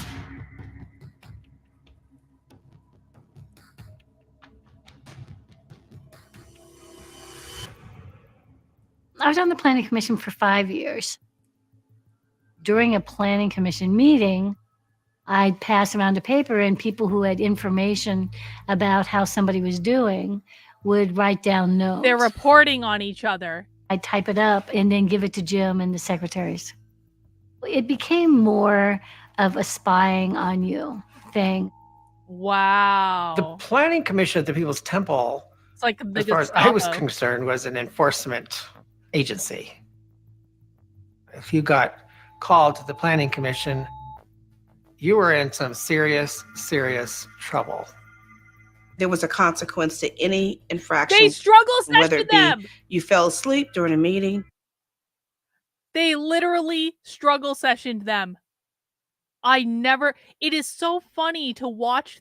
I'm pretty sure I saw this documentary before, but it was like pre-socialism. And now I'm looking at, this is why people need to learn how to speak socialist, because like, you don't view movies the same. You don't view documentaries the same. You don't view TV commercials the same. You don't view anything the same after you learn how to speak socialist. Someone reported that you were having an affair with someone else. I was called to the Planning Commission. I had just gotten my ears pierced. Jim Jones said, "Well, what did you do that for?" Look at that afro. Well, bourgeois is that. Bourgeois! I made some remark and they all just jumped me. Damn it. All these people had started pounding me and stuff. And I think they ripped the earrings out. I was not considered by Jim Jones as one of the faithful. I got in trouble a lot.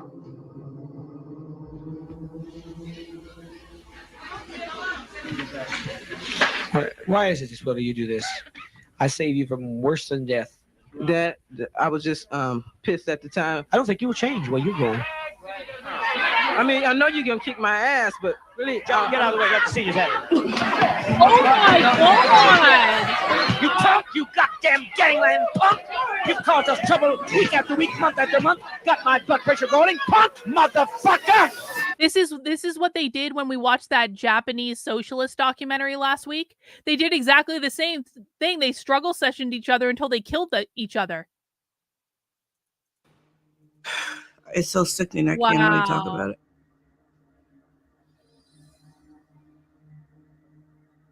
And then it gets to the boxing matches. Boxing matches. You're going to have an opponent that would beat on someone that was not even a... Remember when I challenged Carrie to a charity boxing match?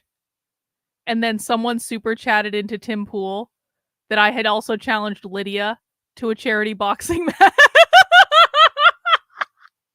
For people who weren't around back then, a charity boxing match is like consensual violence. Like, no one has to participate in a charity boxing match, but if you really want to beat the shit out of someone because they have wronged you in some way, you challenge them to a charity boxing match. So it's like consensual violence. And I challenged both Carrie and then Lydia to a charity boxing match, and then someone tattled on me in the super chats on Tim Pool.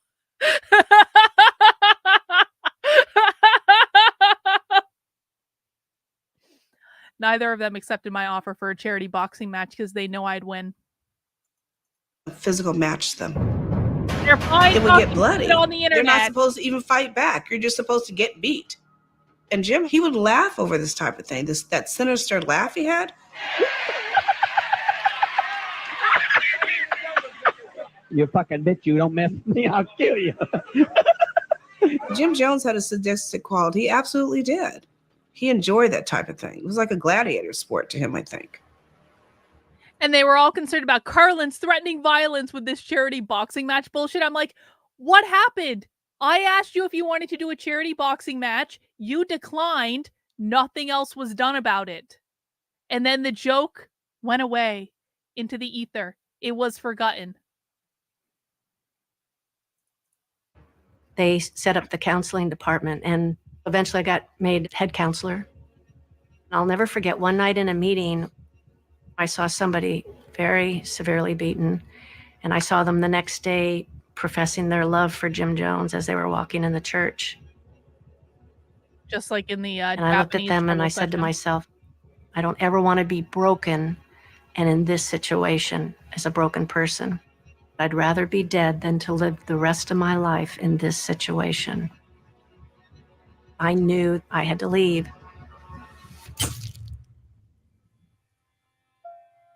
From the time he organized his first storefront church in Indianapolis, Jones took it personally anytime anybody left. He couldn't stand it. Because loyalty was the greatest value within People's Temple, defection was the greatest sin. There was always the fear that anybody that left would be utilized by the enemies to help tear down People's Temple. Some people wanted to desert our ship. They thought we were going to sink. Go fuck yourself, You that stayed with James. us. Eat a dick. You were repaid. You were repaid for your loyalty. You that stood with your father. You have been the good children. He preaches that once you're in with us, you're part of us forever. He has members sign statements claiming that they have done all sorts of terrible things, from committing cold-blooded murder to planning the assassination of the President of the United States. I signed blank pieces of paper. I signed pieces of paper that I wanted to kill the president. I signed pieces of paper that I molested my child. What?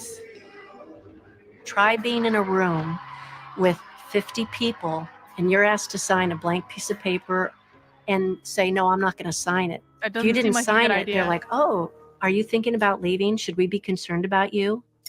He's got something on everyone, all of it manufactured. but making it clear if you leave this church, we'll make it hard on you. I was done, spent. Grace Stone was People's Temple royalty. She had a child while in the church. Jones claimed the child as his.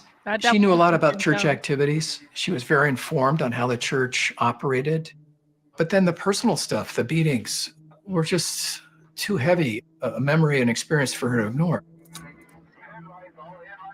I'll never forget, we were on a cross-country trip, and one of the members came to me and he said, Grace, please stop acting out, stop acting up. He said, they're talking about you, they're gonna get you when we get back, and they're gonna beat you up. And I said to myself, I'll never allow myself to get beaten. I knew I had to leave. And I just gathered some stuff. I didn't tell anyone I was leaving. I snuck out.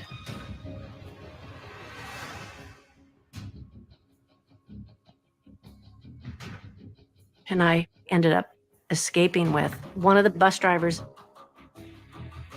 We were told to leave the state because we were going to be hunted down and killed if we ever left. She left the temple, but leaving her son behind. She knew that she couldn't probably pry him loose and get away like that.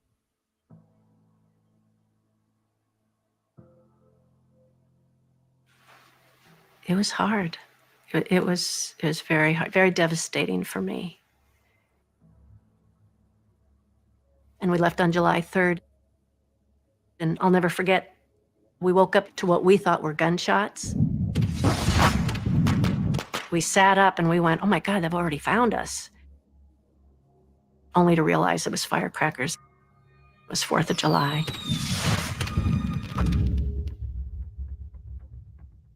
Life has no meaning other than principle, and I could not let this child go with that criminal, Mrs. Grace Stone.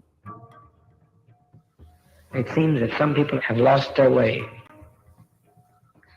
Tragically lost their way. What kind of morality would cause her to do this to Father?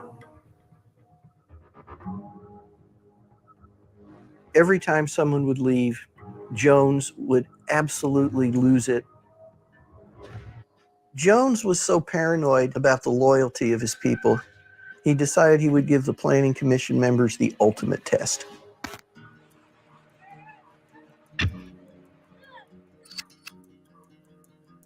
We're having a Planning Commission meeting in San Francisco. Meeting starts, and the ranch had a small vineyard that was part of the property that was there. So on this night, he said, we have some wine from the ranch. Everybody's invited to have some. There were styrofoam cups, like half filled with wine. Drank the wine. And like 5 minutes later, Jones says, you've all just been poisoned. It was a test run. So immediately inside, my adrenaline starts running. People were yelling and screaming. Jones says, you have an hour to live. Jones says no one leaves. And the minutes go by. People start saying, I can feel myself dying. I'm feeling faint.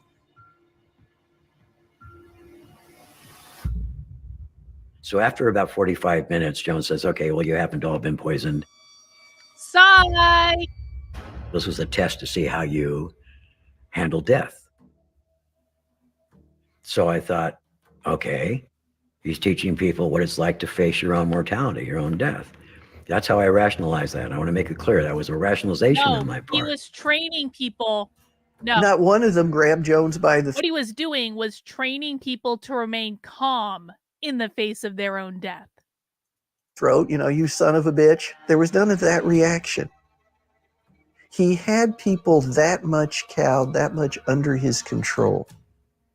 He really enjoyed seeing what people did. And it was a test of loyalty, right? Are these people really willing to just lay down now that I told them I've killed them? He was very sadistic at that point. Looking back on it, I think the appropriate response would have been, this is a crazy MF, and it's time for me to get out of Dodge. It's clear that as early as 1974, that Jim Jones realizes that some of the practices of People's Temple cannot be sustained. The punitive practices with people, Goddamn gangland punk! the paranoid practices, all these things eventually mean that law enforcement is going to come in and break up People's Temple. He needed a place that they could escape to in case criticism became too great and in case Jim Jones himself was in danger of being arrested.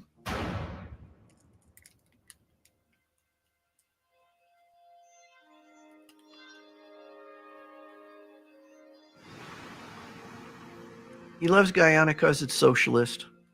It's mostly minority, because it's the only country in South America where the national language is English. He ultimately works out a deal with the Guyanese government and sends a crew out to start building Jonestown. So it started in 74. I think there were like 7 guys that went down there. All of them had some heavy equipment experience. We cleared a lot of land and we built a lot of structures in very short time. It was hard work. The clump of trees in the center of the clearing is a 5-acre pig pasture. They are trying to build a village that would be able to hold about 500 people, to live there, to work there, to feed them from the crops and so forth. I would like to say at this time that all of this was made possible by our leader, Father Jones. This is the hottest part of the entire year, and they're doing real well. When I first heard about Jonestown was 1974. Jim Jones had just come back from Guyana. True, James and Lindsay. was True. giving a talk about Jonestown, and it's going to be an agricultural community.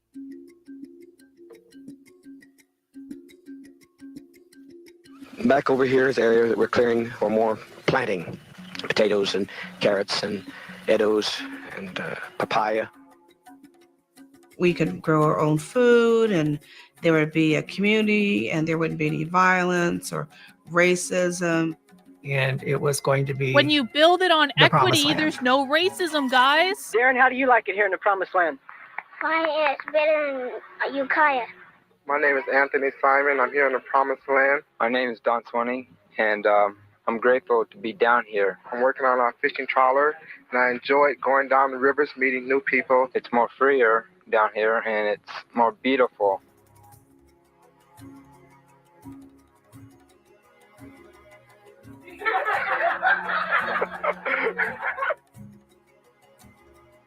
This is a walking stick, friends. But that's a gentle guy. Walking stick. Jim Jones said to be able to go to Jonestown was a privilege. It was a reward to go there. The time that I spent there building the town that our community was going to come live in was one of the happiest times in my life up to that point. We are going to have peace in our Promised Land Valley. Now, in retrospect, I know much of what he said at that time was just a flat-out lie. You were chosen to bring deliverance to this continent. You are the sons and daughters of the Most High God.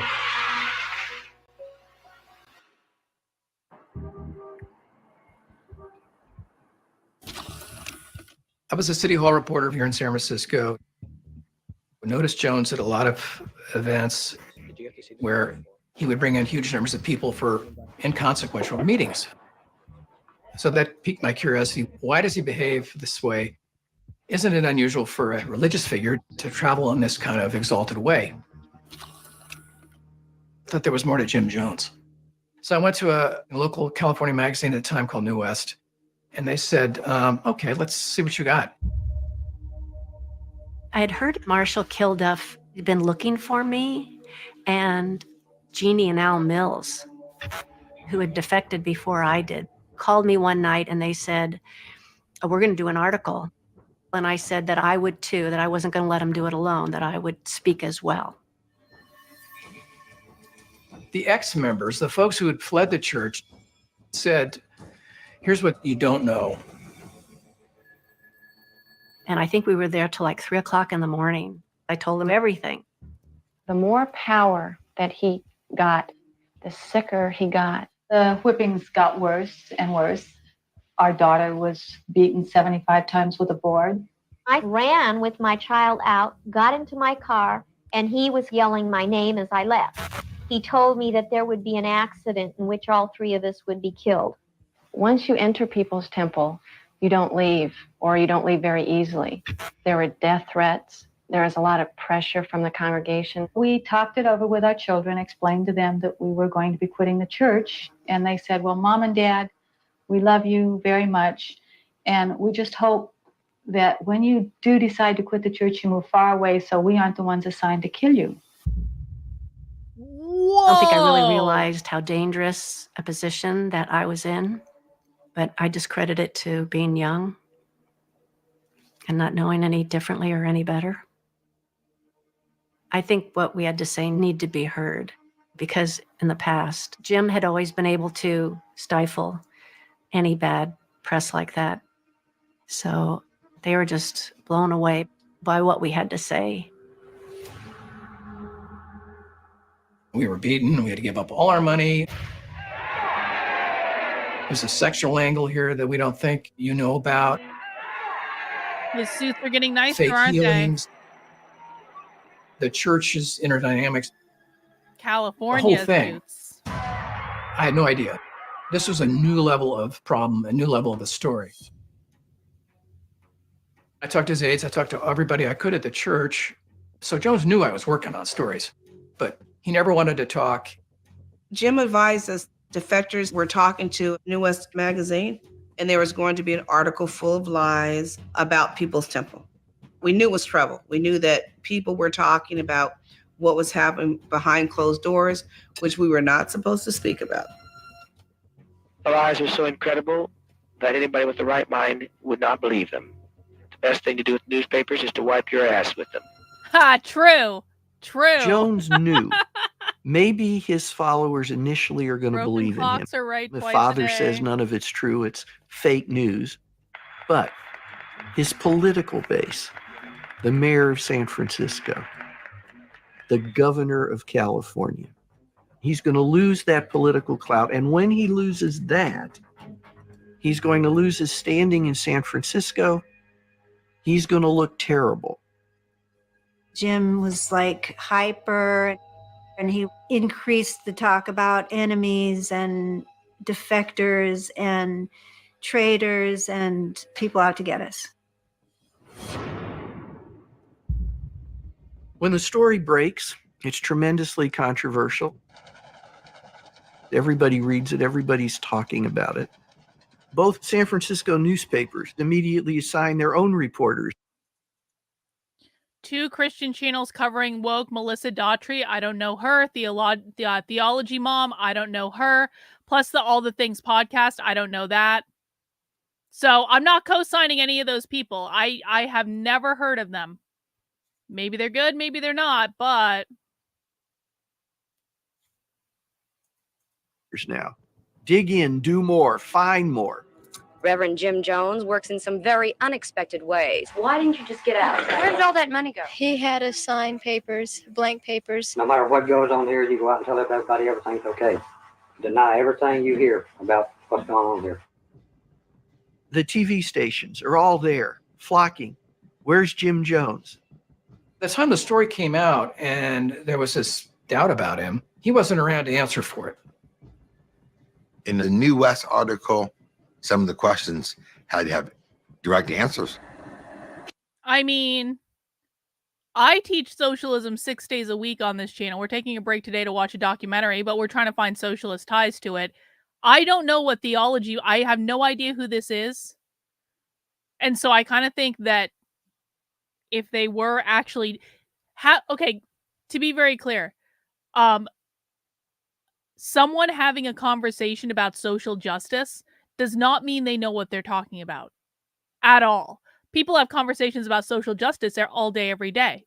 It doesn't mean that it's hinged into reality. It doesn't mean that it's good. It doesn't mean they know what they're talking about. It doesn't mean they aren't lying to people. It doesn't mean anything other than they claim to be having conversations. So He didn't Cool. want to answer questions.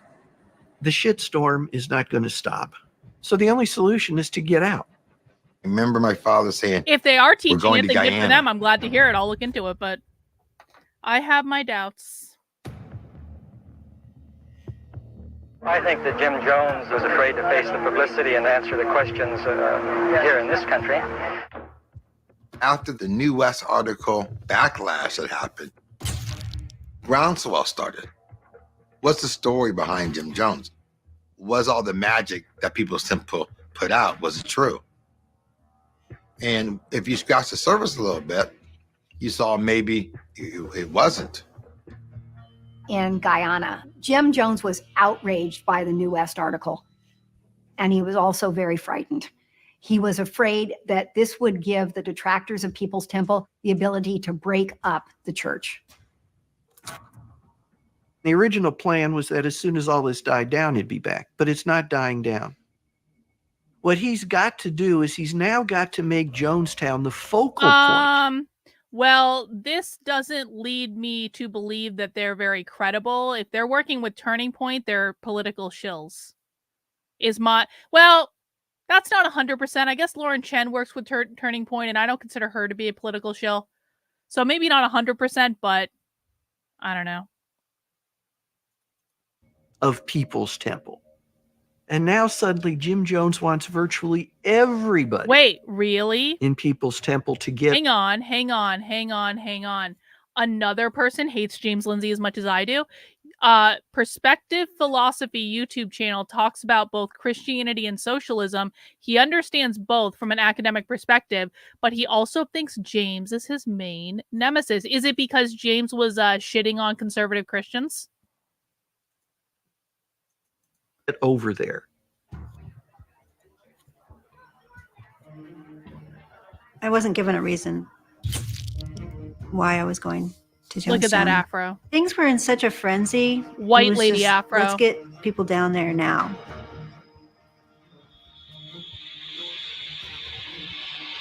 That summer, they began shipping people out.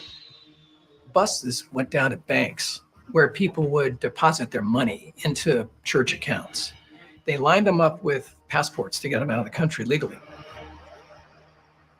Oh, My it's wife, because Gloria, James was is already in deceiving Guyana. people. All right, I'll look into And it. I wanted to be with her for the birth of my child. Wasn't going to happen. I was sent to New York City to help facilitate people getting to Guyana. The media attention on the temple at that time was intense.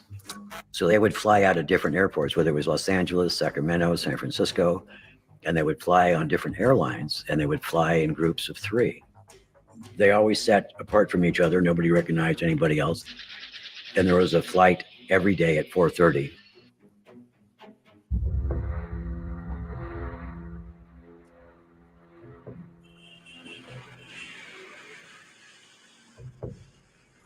It's important to understand how isolated Jonestown was from Georgetown, the capital of Guyana. You've got 160 miles that cannot be driven. You have to either try to fly over the top of the jungle and land on a tiny airstrip, or you have to take a boat along the coast and down a river.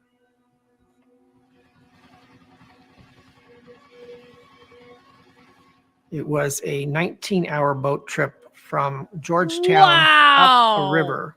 A 19-hour boat trip? Way up the river.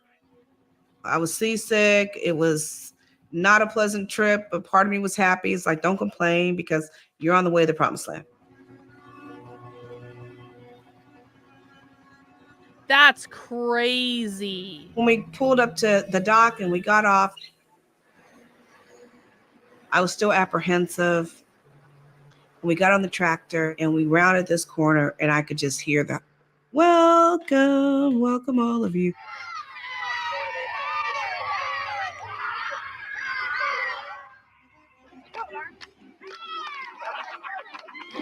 What a swing. What liberation brings. Jonestown was a town, it was a community. From the doctor's office to the pharmacy. Medications here, one whole shelf that goes half the warehouse length. We have medical manuals, even how we could do surgery if we had to, if the civilizations we know it now began to crumble. To the classrooms, to the kitchen. Different containers around the place. We couldn't go through all the tremendous inventory. They built up Kool-Aid. Kool-Aid. That was built from nothing. From nothing. It was really kind of remarkable that this whole little town was built in the middle of the jungle. Listen. We have to give the socialists credit for being motivated. They very literally built a city in the middle of the goddamn jungle with a communal kitchen. Just like the socialists want to have in our world. Just like they're architecting cities around. This is why socialists win, guys. Like, can you imagine a group of conservatives saying, like, when things get way worse and we're really descending into Marxism and conservatives finally start to get it that they done effed up and allowed this to happen, I'm sure there's going to be conservatives that are like, we're leaving the country. But can you imagine a group of conservatives being so motivated to build their society based on freedom and liberty and guns and all of that stuff, that a group of hundreds of them fly to the middle of the jungle where all there is a bunch of trees, and they start to cut down trees and they build all these houses, and then they fly more people to the jungle and they garden and they take care of all this stuff and they build schools. Can you imagine conservatives doing that? Conservatives won't leave their house to go to anything that's not a Trump rally. Socialists will very literally fly to the middle of the fucking jungle, colonize the land, build an entire city complete with hospital and schooling and communal kitchen in order to create their socialist utopia. What have conservatives ever done? Far, far away from anything.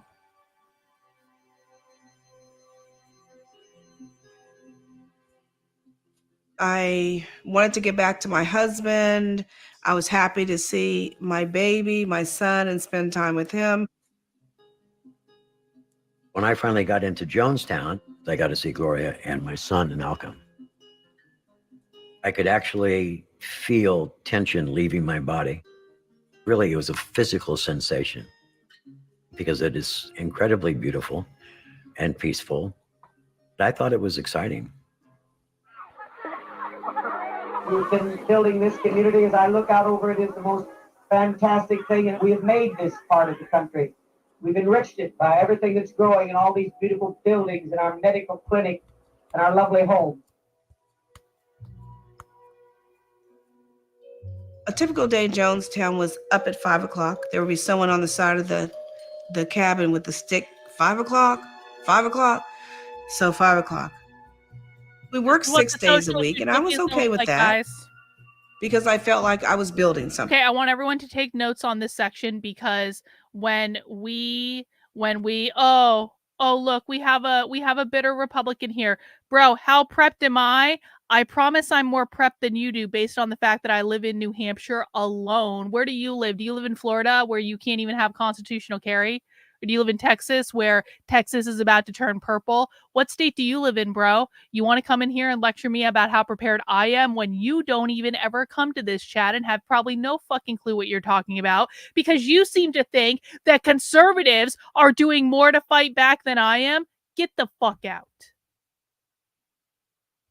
Anyway, now that we've dealt with that loser who will never do anything of value, I want everyone to take notes in this section, because when the country slides into a Marxist utopia based entirely on the fact that conservatives will not do anything to stop it, this is what all of our lives are going to be like. Bro, you're such a liar. We can, like, why is it that the Republicans always come in my chat, talk Republican talking points, act like absolute morons, and then they deny who they are? We know who you are, bro.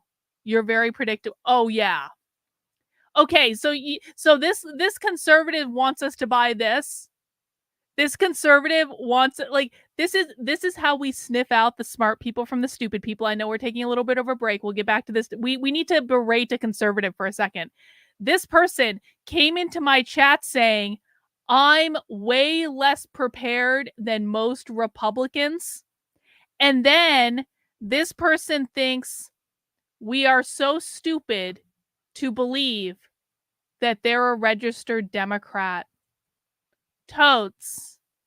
Low tier troll. Not even a good one. All right, let's ban them now. Goodbye, loser. Anyway, I want everyone to take notes in this section because this is what our life is going to be like in the socialist utopia. You will be assigned a job. If you don't get up at 5 a.m. to go do your fucking job 6 days a week, you will not be allowed to eat in the communal kitchen. And now I was really a good socialist.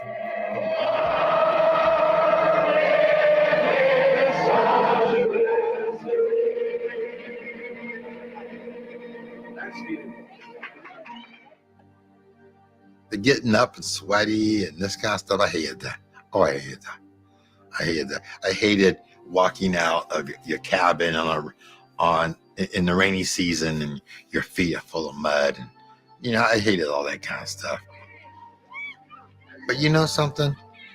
When you're with 900 people you care about, it didn't seem that bad.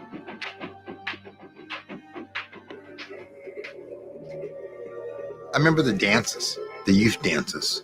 I remember some of the meetings that my father did, and we talked about building a new world, you know. Those are powerful to me. I felt like we were Che Guevara building a new world. That's how I felt. The people united will never be defeated. The people united will never be defeated.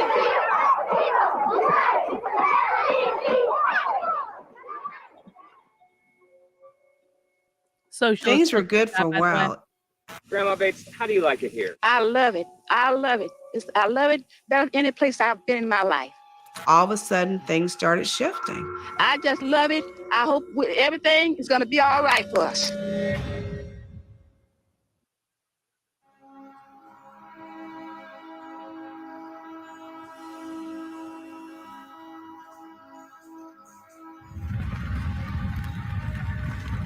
Jonestown was ill-equipped to provide a life for all the people that arrived. And Jim Jones is aware that what's happening in Jonestown is not sustainable either. Ultimately, Jones has about 1,000 people in a place built for half that. Almost instantly, there's not enough food. We're going to conserve on food, keep that up because we'll need every dollar because this is the only kind of place to be. Freedom. As more people began coming, even the children weren't getting what they needed. And the senior citizens definitely were not getting the food that they needed.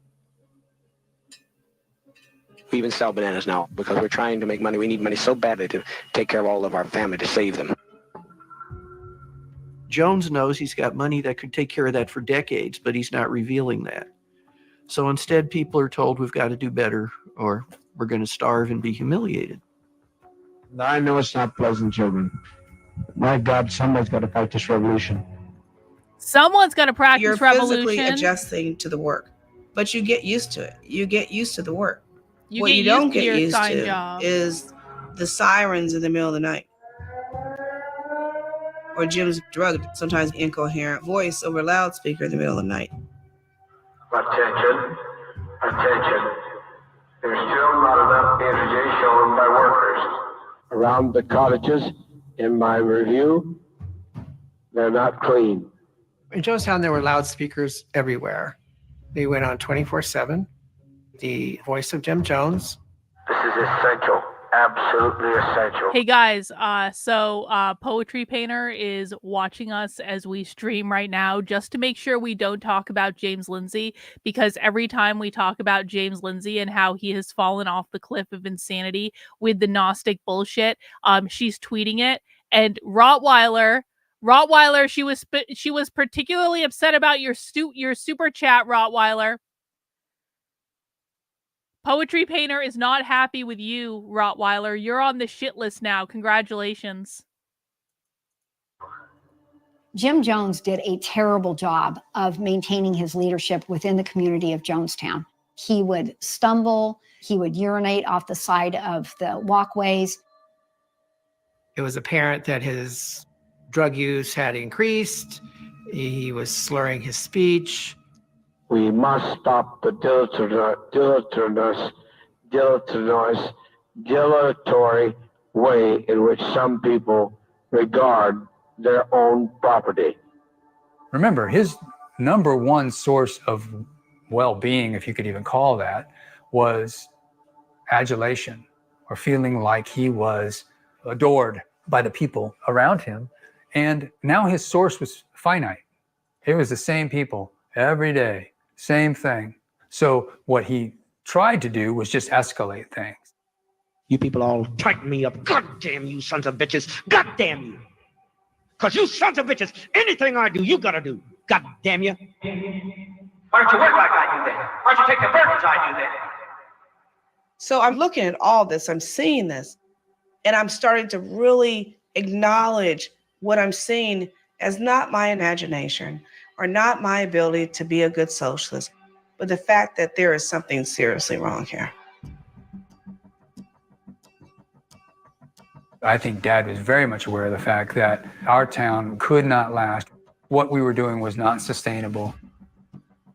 As Jim Jones realized what was happening at Jonestown was a kind of failed experiment, he and his leadership began to ask themselves, how can we still succeed in terms of history?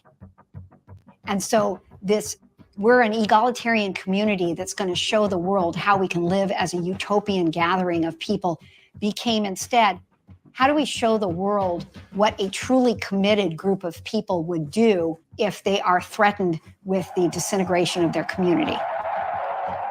The people that went to Jonestown wanted to believe in something. That's the one. I'm no longer a man. I'm a revolution. I am the mighty. She's basically saying, let me show you guys. Let's do a quick break. Poetry Painter obsession break. So what she's saying is, check this out.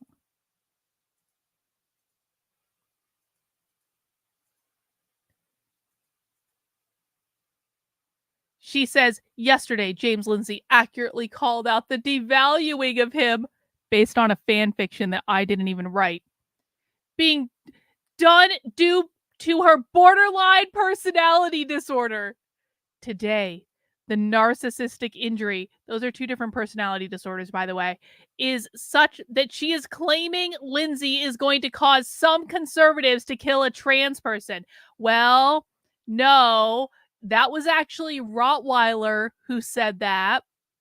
Like, literally as depicted by the super chat on the screen, Rottweiler said that. And I agree because I think it's an astute observation. And then she's got a picture of the chat and she says her dutiful, literal cult members are now saying that James Lindsay is more like Jim Jones and are beginning to talk about making memes that say so. Oh no, they're going to make memes, guys. The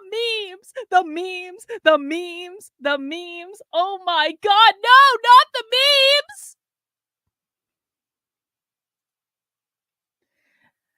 Poetry Painter Mac B says you can go pleasure a cactus with James. Yeah, I bet she wishes. I bet she does. Congratulations, you're all my flying monkeys now. We're not going to stop making the memes. In fact, Human Centipede is probably going to up production based off of this little stunt. And we do not apologize. Free speech includes memes, assholes.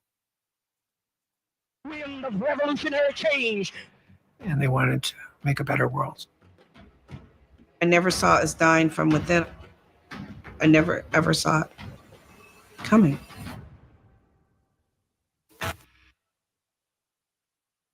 Oh, part 1 is over. All right. Should we do part 2 tomorrow? I think we should do part 2 tomorrow. It's 7:30. I've been streaming for 2.5 hours. Do you guys want to do part 2 tomorrow? And that way we can break it up. And everyone can go get dinner, because in 2 hours I'm going to be back to do nothing remotely controversial. Because I'm starting to get hungry. I'm not going to lie. I kind of want a bagel. Yeah. Let's do part 2 tomorrow. All right. That I didn't realize that yet. Poetry Painter has definitely gone full retard. True. No, sorry, MacB, they postponed it, and so I'm not going to tell you when they postponed it to, but it'll be a couple weeks. Not my fault. I didn't postpone it. But guys, we do have nothing remotely controversial coming up at 9:30 tonight. We will find out what's going to go on with the Speaker of the House. Is he going to get removed? Maybe some stuff about, like, has Israel really started World War III? We're going to be doing that at 9:30 p.m. tonight. Guys, please do make sure you mount the like button on the way out the door. Please make sure you are subscribed to my channel if you are not already.